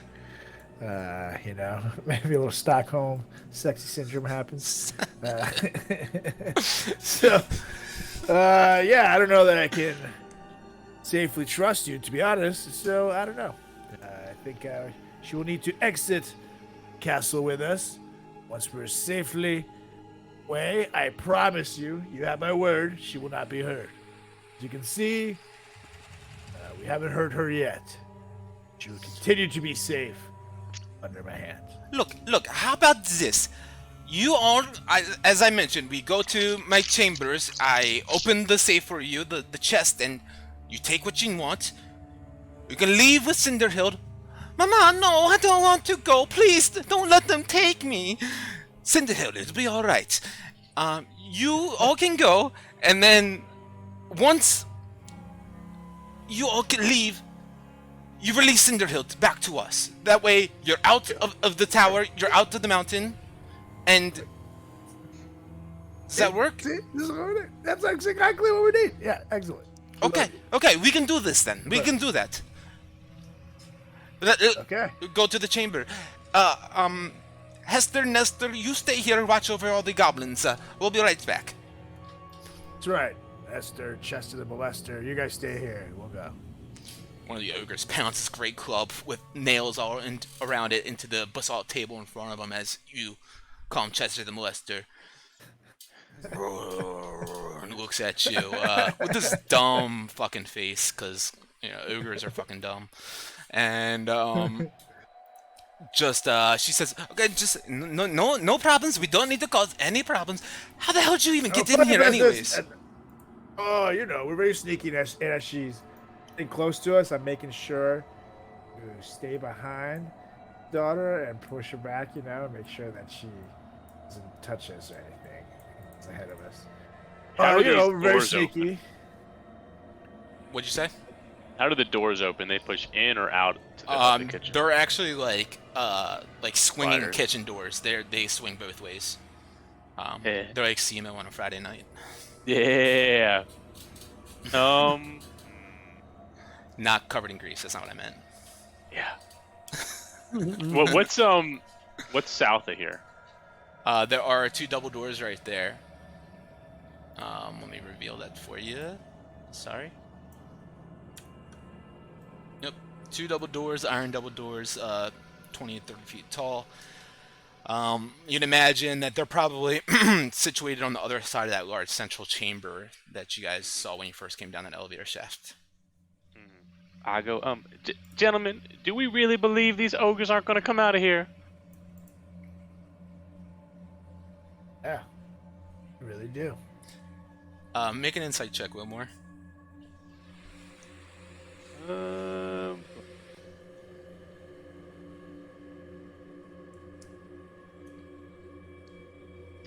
12.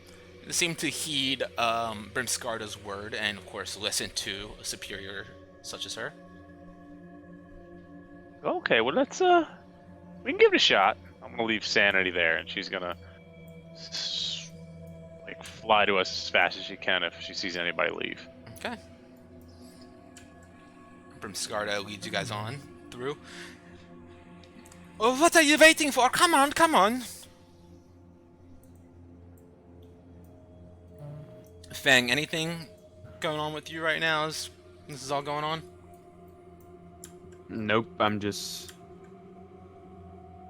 allowing them to do their thing. I don't want to say anything that might ruin anything. Okie dokie. Alright, she leads you guys on back over to the chambers. Solrak leading Cinderhild tied with the ropes behind her back. And you guys see Duchess Brimskarda get down on a knee and begin to turn the tumbler with the numbers on it, the dwarven symbols, glyphs, and it begins to flip them to the proper combination. You guys hear a mechanism unhinge and click within the this big chest, and she pops open the top of it and pushes it on open. And then inside this chest, she gestures to it. Oh, you all can look now if you're so interested in it. I send Chattington over. I climb up and peek in. Okay. Climb on up. Oh, funny business, Pushes Queen. up. She's standing back and watching as you guys are doing this. And Wilmore, you climb on up. Put your chin over the top of the chest and peer inside, and you see there's resting on a bed of ashes is this giant-sized adamantine crown set with 6 black opals around it. Well, that's pretty lovely. Is it like giant-sized or? Yes, yeah. Probably heavy then. I kind of crawl up there, and I guess that's the only thing in there. I Perhaps try to pick it up. put it on. Hey, Queen, put it on your daughter's head. I tell her. Funny business. Crown on your daughter's head. Yeah, sure. And she bends over and picks up the crown and places it on Cinderhild's head.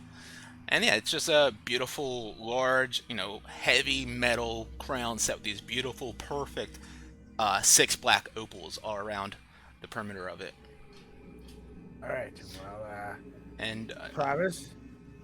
yeah, as that was lifted up, some of the ash inside the chest kind of pushed away to the side. And Wilmore, you can see a couple coins underneath the ash now that you're sitting up there and looking at it. And start moving everything around. Check out the whole box. Yeah, you start pushing everything around, and inside of underneath the ashes, you can see it's like a nice layer of ash kind of filling on the whole bottom of this chest. Start digging around and pull out all together. There's a bunch of gold pieces. If you were to count them all, it's about 6,300 gold pieces. You see a large conch shell with these different giant glyphs circled around the exterior of it. And then you also see everyone roll a D100. I see a D100.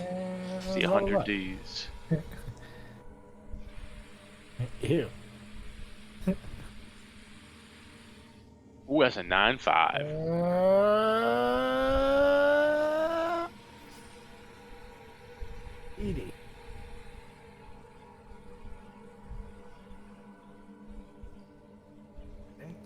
Oh, he dead. I can roll for him if you want. What did you I'm get, back. Solrak?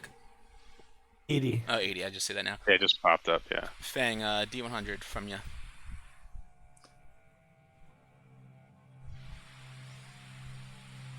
Roll a D1 100 times. 5. Wow. 80 at 95 at a 5. I love it. Wow. All right. So the first thing that you pull on out of there is a +1 weapon of whatever type you guys would like it to be. So if someone needs a +1 weapon of sorts, someone can claim that and say which one it is. Let's see. 32. You find a potion of speed, also known as meth. A potion of a potion of longevity, and you see a set of these iron horseshoes. They come in a set of 4. They have these different glyphs inscribed on the bottom of them.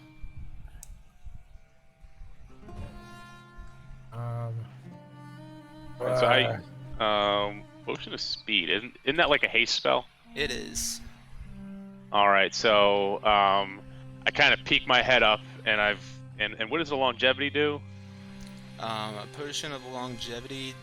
Your physical age is reduced by d6 plus 6 years. Each time you subsequently drink it, or 1, there's a 10% cumulative chance that you instead age by a d6 plus 6 years. Suspended in the amber liquid, a scorpion's tail, an adder's fang, a dead spider, and a tiny heart that, against all reason, is still beating. So yeah, makes you younger. So we want to give it to a 6-year-old so they disappear. Okay, so I kind of like come over the side of the chest, and I've got both the potions in one hand, and I go, Fang or Soul Rack, which one of you guys wants some speed? Well, I guess I could use some speed while slashing and bashing here. And Fang, you want to keep the horseshoes? Yeah, I don't tell him anything about the horseshoes. Horseshoes are in my bag. Okay. Alright, I get the speed. I toss the speed to you. I toss the longevity to Fang, and I don't know if you need a +1 to anything. Either of you. I'm sorry. I said potion of longevity, but it was actually the wrong number on there. I was looking at the one below it. Potion of Cloud Giant Strength.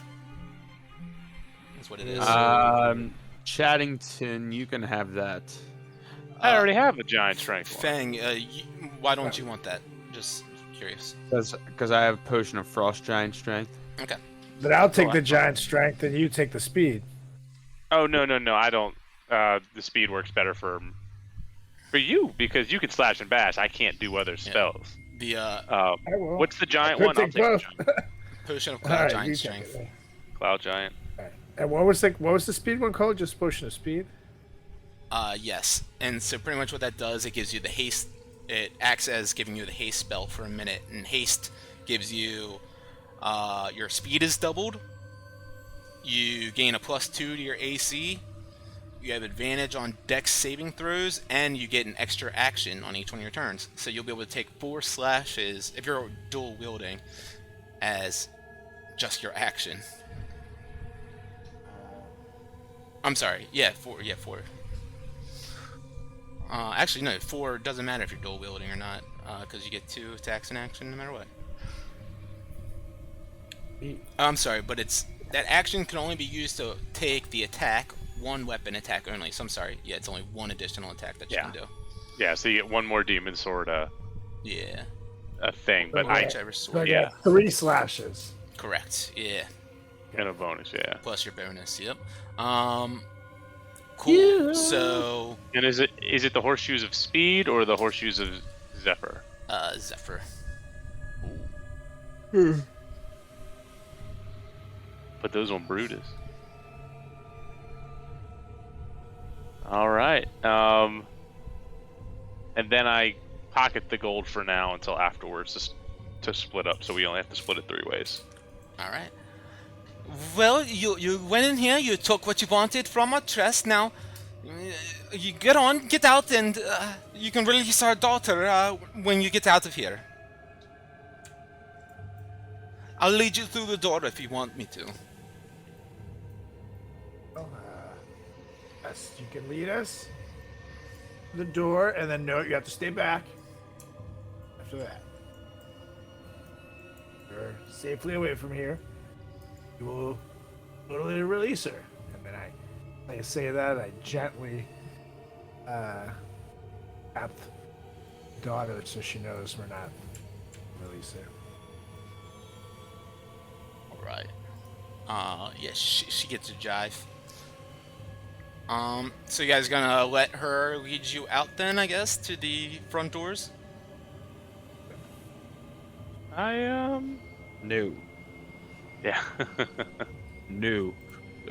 That's all right okay. that We, way? we got in ourselves. We can get out ourselves. You can keep the princess here. We will just meander out by now. Certainly, sure. If you want to go on out, go for it. But I would tell you, if the Duke sees his daughter like this, without someone to back up your word, it might not go well for you all. We'll take our chance. Well then, Yeah, it does work. go on then. Go. Cinderhild can tell you how to get out. Okay. I guess Alright. we start walking to the elevator. All right, you guys begin walking towards the elevator then, with Cinderhild in tow, with this conch in your possession, and a couple of other fun items from the Duke and Duchess's strong chest underneath their I just. door. Ooh, go on. No, never mind. Go ahead. I cast message to Fang, and I go, so we're not just gonna kill them all. And I respond back. Our work here is not done yet. Fair enough. And as we approach the elevator, I say, so, Cindy, all you have to do is just simply take this all the way up. And, I mean, that's how we got down without being noticed. And just take the doors out to the Yakfolk village. And you are free.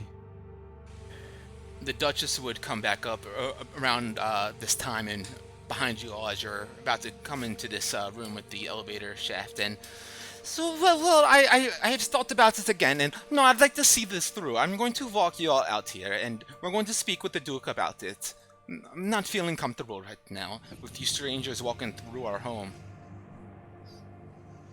I'm going to cast suggestion on her and tell her to get on the elevator and walk your daughter out. Okay, that's a wisdom save. That's a wisdom. Where is it? It's level 2. Yeah, it's a wisdom 16.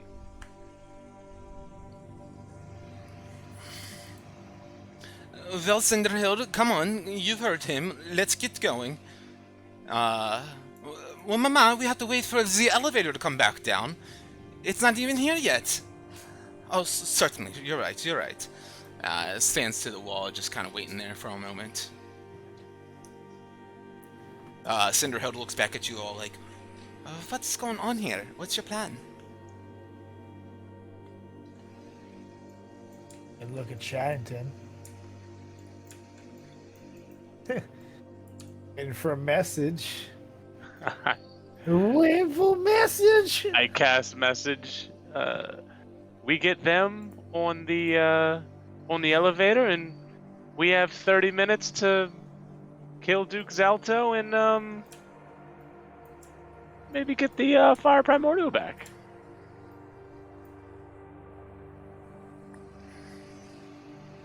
Not a bad idea.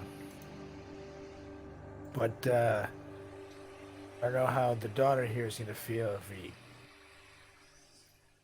just demolish her parents in front of her. Well, it's just her dad, and I mean, unless you're getting a thing for her, I mean, she is tall. No, but you see, there's an innocent soul in all this. You're spoiled, yes. She doesn't have anything to do in this war. If I can spare her life, I will.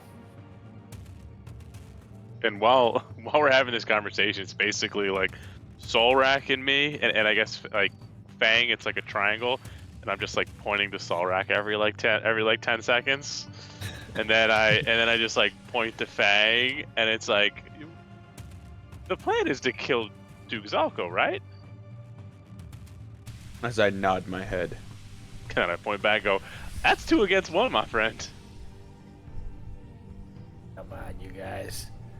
Gotten us this far. Exactly. Don't start changing the plans now. This was always part of the plan. Yes, You guys can't talk. do this. I guess we could whisper to each other. I basically say to Solrak, if this was Daggerford and I said you can't kill your uncle, what would you do? It's different. No, it's not. Totally different. So you guys are whispering out loud at this point. They can whisper. I'm messaging. I'm Okay. boom, Okay. boom, boom. I just look like I'm shooting them. Yeah, everyone's sitting there going like, "What is he doing?" But yeah, It's totally different. I don't know what you're talking about. Reginald will look around, like, not sure what's going on as you're just pistol peating everyone to Belmore. And he looks at y'all and says, fellas, why we diddle-daddling down here? We need to take care of the threat. You told the king and queen that we were going to make sure that, the orcs and the fire giants weren't going to be a problem anymore. You can't go back on your deal now. I give him a pistol, and it's once they get in the elevator, we have 30 minutes to take care of business. And then I went to me, gives me the pistol. My pistol to go. We're doing it. Fine, we'll do it. Try to spare the girl first. About 5-7 minutes have gone by at this point. You guys can hear the cranking of the shaft, the platform above you all kind of descending now. And you guys can see the shadow overhead as it gets closer and closer to the ground and grinds down to a halt. And Brimskarda says, "Oh, Cinderheld, come on, let's go. You heard them. You want to see the sunshine? Let's go before it's too late." And she pulls Cinderheld. Well, looks at you guys like kind of questioning. And Thorak, can I go? Is this right? Why are you asking him? No worry, don't worry. You come with me. You come with your mama. Hey, don't you lay off of her, you queen. My prisoner. Pull back at the rope where her hands are tied behind her back. Say, get on. We'll get on behind you. Or trust your touchy, grubby hands. As you're saying that, you hear the grinding of the platform begin to shift and move again, and starts lifting up slowly. And she looks down at you, like questioning, like, "What is going on here? No, this is not the plan." And Brimskarda pats her on the back. "No, you heard the little man. The little man says we need to go up now. It's time to go." And they start riding this elevator shaft up, and they disappear. And I looked In at that- everyone. In Go that ahead. moment, I drink my potion of fire giant strength and turn to the guys. Let's do this. Well, now that we're alone, let's cut off the Duke's head. All right, shall we?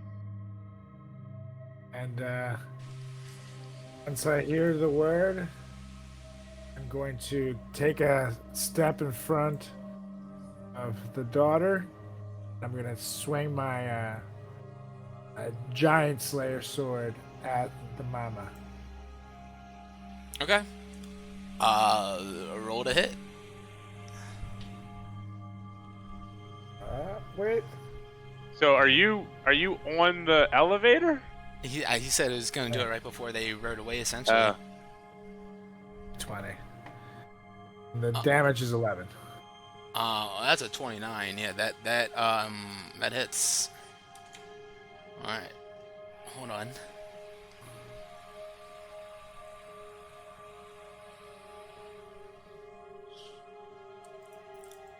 As let's see, Solrak, you hit her for 11 points of damage. Well, with the Giant Slayer too, so there's extra damage on that. Yeah, when you hit John, an extra 2d6. I did it with the Beyond 20, so I think it should be. I see the 2d6 for your normal one. Go ahead and roll another 2d6. I'm not sure, maybe because of the specification of it being just for giants, it doesn't do it. Okay, so 18 points of damage. You slice into her as they are beginning to ascend back up, and you slice right in the, down her legs, getting a nice cut into her. And you see she shakes her head and blinks her eyes a few times as if you just have woken something in her. And she says, "Cinderhild, where are we going? What's going on here?" And pushes her off the platform, and they jump down 15 feet off of it, as you have shaken her out of this charm or this suggestion that she had on her. And she looks at you. "You have gone back against your word, little man. Duke! Duke!" She goes running around. I look at Solrak. What the fuck was that for? You guys said we had to kill him. I said Duke. No, the Duke. You idiot. So then I just start blasting. Okay, you start blasting. I start blasting her. Like, we now have now we have to kill 3 giants. I love it. I don't know what else to do. He got rid of 2 giants, Solrak, and you brought him back. I love it. Thank you, buddy. That's why I was like, what? I don't understand this plan. I said once they get on, I specifically said to you, once they get on, Get on. we have 30 minutes to kill the Duke. Get on. We have 30 minutes to kill the Duke before they come back, because it's 15 minutes up, 15 minutes down. Solrak might be the most intelligent, but he's not the wisest. All No, right, he's so not. you You know what? she goes running on in, and she starts. You shoot a couple of Eldritch blasts at her after she runs off this platform. You can go and roll to hit if you want. Guess, yeah, I'm gonna freaking try to hit her. Oh my god, I love it. You can't make this up. I won't do that. Do that? Oh yeah. Fucking What? Hold on. It's not. listening skills of a 5-year-old. So there's one. Yeah, ideally, I shot 2 of them at him. All right. Nate, will 25 to hit and 7 damage. the potion of frost giant strength, will that change my strength score like on my sheet? Because it's not doing so if it's supposed to. No, I don't think so. You have to probably do that. So go ahead and just click strength on your thing, and then click the bottom 10. of it. Yeah. Yeah. And then click type in other modifier, and or override score to what the total score should be. So like a 25 or something like that. 23. Okay. Yep. A 17 hits, 11 points of damage, blasting into her. She kind of arches her back after getting hit in the back like that. "Doug, we have intruders!" And you guys hear a rumbling voice coming from him there. After he yells out, "Duchess, what is it? What's going on?" And she says, "Little folk have invaded our home. They come to try to take our daughter and our conch. We must stop them." And the Duke comes running on up. You guys have all ran up a little bit closer to the elevator in that main chamber. And we're going to throw you guys into initiative. And we're going to start doing the thing. You gotta clear. Oh, I do. Unless all that's in there. Nope. Clear. No, yeah, about to say there's like a million goblins in there. Let me re-add that. I So see all those gobs. Whoa. Who Just are all remember, those every people? time Hilda hits us, it's Solrek's fault. Every time. I love Lucky it. lucky for me, I have my speed serum. I love God, it. I roll a fucking 3 in initiative. Jesus. You know what? Can I inspiration that? Sure. Mine didn't show up, but I rolled a 7. Okay. That's better. 18. I'll put it in there. 7. Let me roll Misa and Reginald. She was a 9. I'm sorry, not a 7. Apologize. It's actually 29. 70. 70. All right. So let me first. You guys all run in here. Right. I'm gonna just throw you guys in here. Right at the entrance. Cinderhild's still tied up with her hands behind her back, loosely but tied up. Let's see. Let me give you guys a quick little description of what's going on here. So this is Where are we? you're at the entrance. Should be right. It's all black to me. Everything's black to you? I see what I figured. See Yeah, Cinderhill. you should refresh. You guys don't see. All right, yeah, refresh your screen then. Refresh your screen one day. Okay. So in here, this is like the main assembly hall in the central lower level.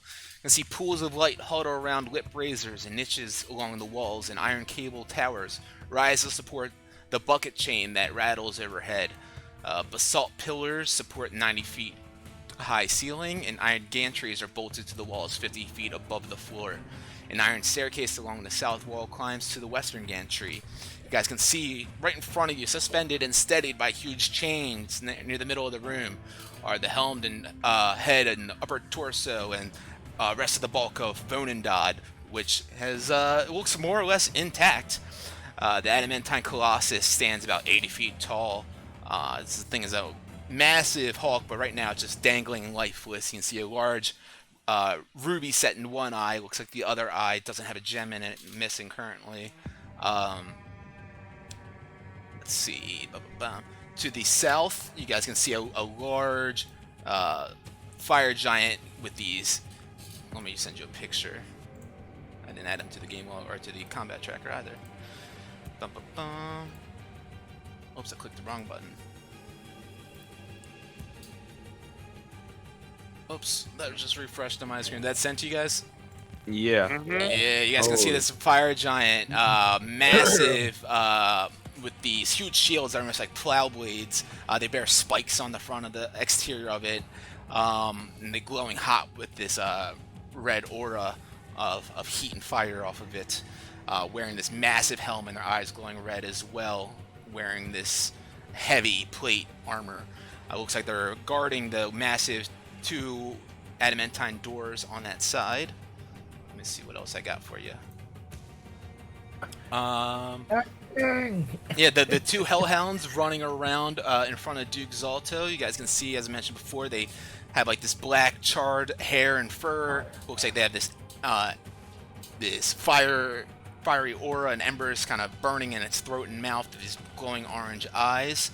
Zalto's carrying this massive maul in his hands. Has like an big iron cage at the end of it. It almost looks like. Let me send his image to the game log. Bum, bum, bum. Oh, he's pretty cool. He is pretty cool. It looks like he's ready to release a rap album right now. Coming on the beat. Love it.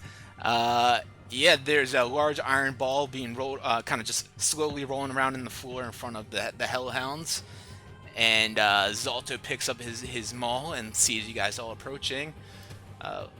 And we're going to start with Misa at the front. Let me send this picture of the hellhound.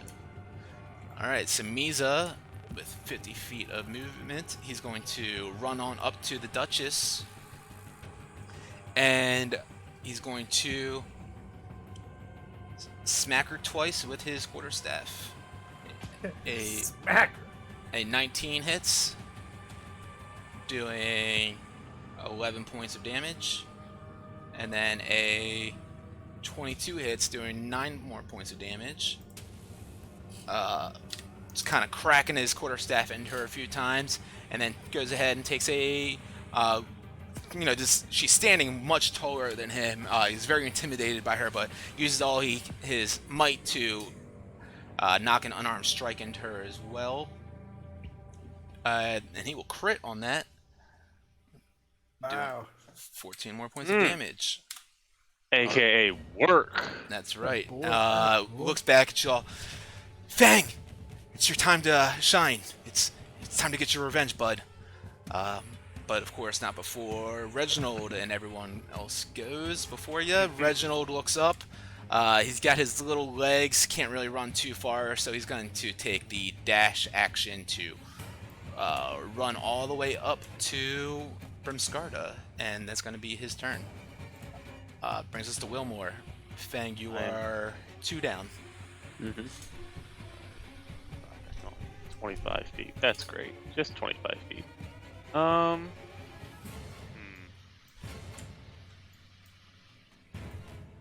25 feet, so I'm gonna move here, and I don't think I can reach him. Can I? Nope.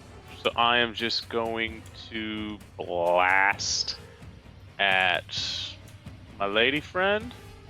Although they've got both of those are within opportunity attack. Right? How are you opportunity attacking? 35 feet. Brimhilda, the lady. Oh, you're trying Dissonant Whispers? Is that what you're saying? Yeah. Yeah. Dissonant Whispers. Yeah, 60 feet. Yeah, we'll level 1 Dissonant Whispers. Natural 1 on the dice. Perfect. There's your 3. Oh yeah, and I get an extra d6, right? Because of my one thing that we never ever do use. Oh no, that's included. Hey, nice. That extra d6 is for if you have Bardic Inspiration, right? Or is it My- d8 though, right? Nah, my spiritual focus damage. It's already added. Gotcha. It rolled an extra d6. So good job. So that, and then That's right. opportunities on both them if they want it. Okay.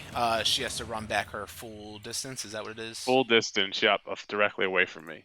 Okay. So she will run right here, and they will both take an opportunity attack, of course. Reginald takes a big old axe swing. Will miss with a 14, unfortunately. Misa will go ahead and strike with his quarterstaff. And hits with 8 points of damage total. Okay. Anything else for you, Wilmore? I will yell out to Fang. Revenge is the best dish served. And that's going to be Bardic Inspiration. Nice. So you get a D8. Sir, what? Fang, with that Bardic Inspiration, you are allowed to use that D8 on damage and healing as well. Nice. Yeah, damage, healing, or attack rolls. Yep. Or Nice. ability checks, saving throws. Yeah. So anything, Same, really. yeah. Anytime you roll a D, anything, you can roll it. One time. Yep. One time for your mind. Alright, so this Hellhound is up now. He's going to run up as far as he can. Let's see, right here. Whoopsies. And it's a little bit out of range for what so he can't really attack. Fang, you're up. All right. I am Just snarling and biting in the air towards Misa and Reginald, and you guys can see that fiery aura pluming out of its throat and mouth. So bonus action, I am going to activate my elemental force tattoo, Okay. and and then I am going to just move right there.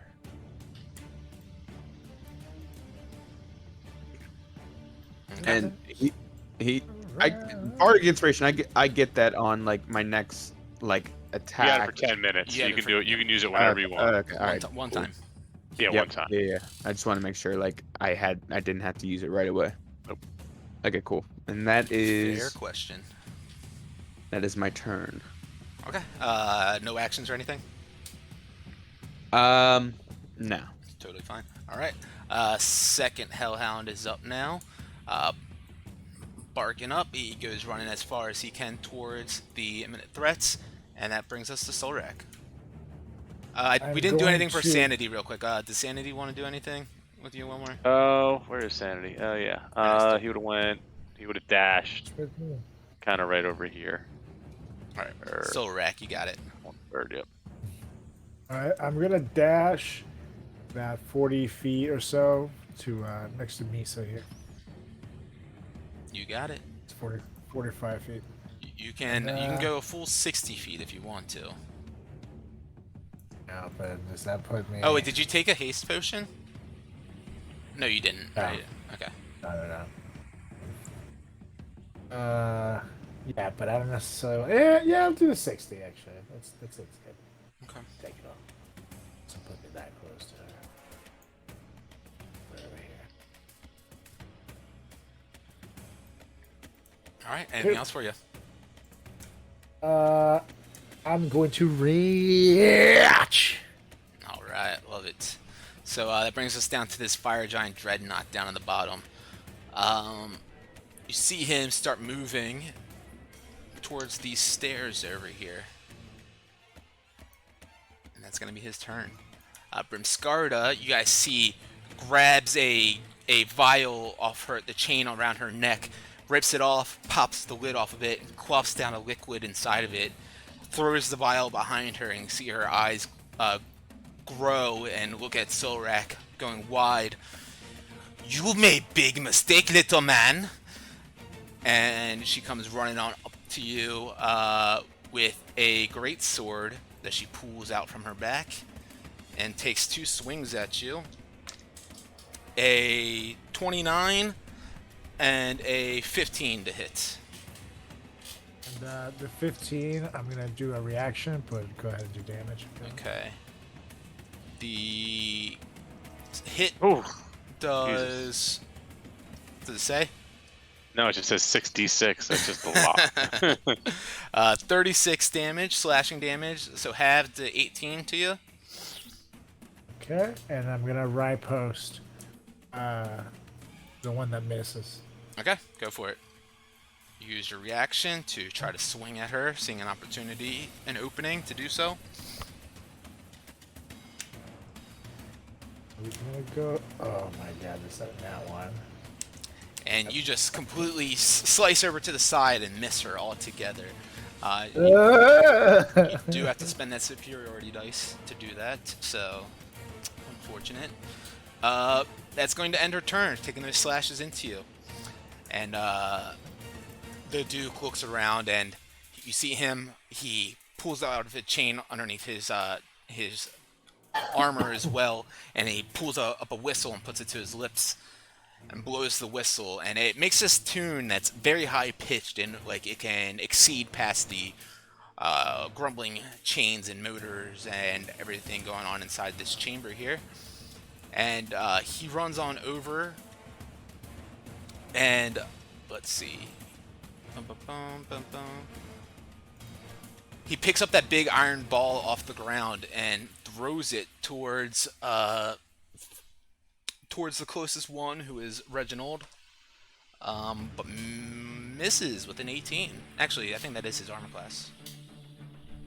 No, 19 is his armor class. So yeah, misses. Yeah, Reggie. And that is the turn. At the top of the round, these double doors down on the south side begin to open up, and you guys can see the sun begin to peek in there into the chamber beyond these doors.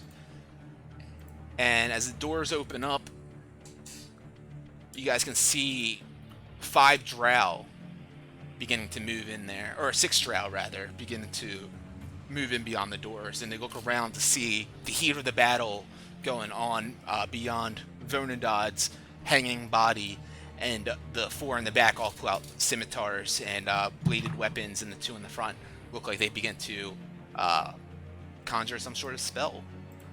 And that's where we'll pick it up the next time that we are all together, because it is about that time, isn't it? Yep, it is bedtime. All right, It is- guys. It is about time to hit someone that was about to leave you alone. That's the time it is.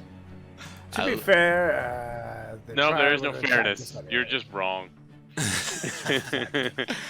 Guys, that's D&D. I love it. Yeah. That's what we're here for. Leroy Jenkins. That's what we're here for. I love it, guys. All right, so thank you guys for joining us tonight, especially you guys, the three of you, for joining me on this quick Wednesday night game that we had set up here. Guys are in the heat of the battle with Duke Zalto and the Duchess. You got some drow that just came in through this door. You have the daughter Cinderhill tied up with ropes by the elevator. The two hellhounds coming at you, chomping at the bits, ready to attack and get a little bite to eat. We will see what happens here the next time we're all together. I don't know when that'll be. You guys tell me. But we'll figure it out from there. Anyone else have anything to chime in, say here? Love it. Awesome. Well, with that said, thank you guys once again. Go ahead and take that long rest and look out for those goblins under the stairs. We'll catch you later. Later, Take it easy. gators. Bye. See ya.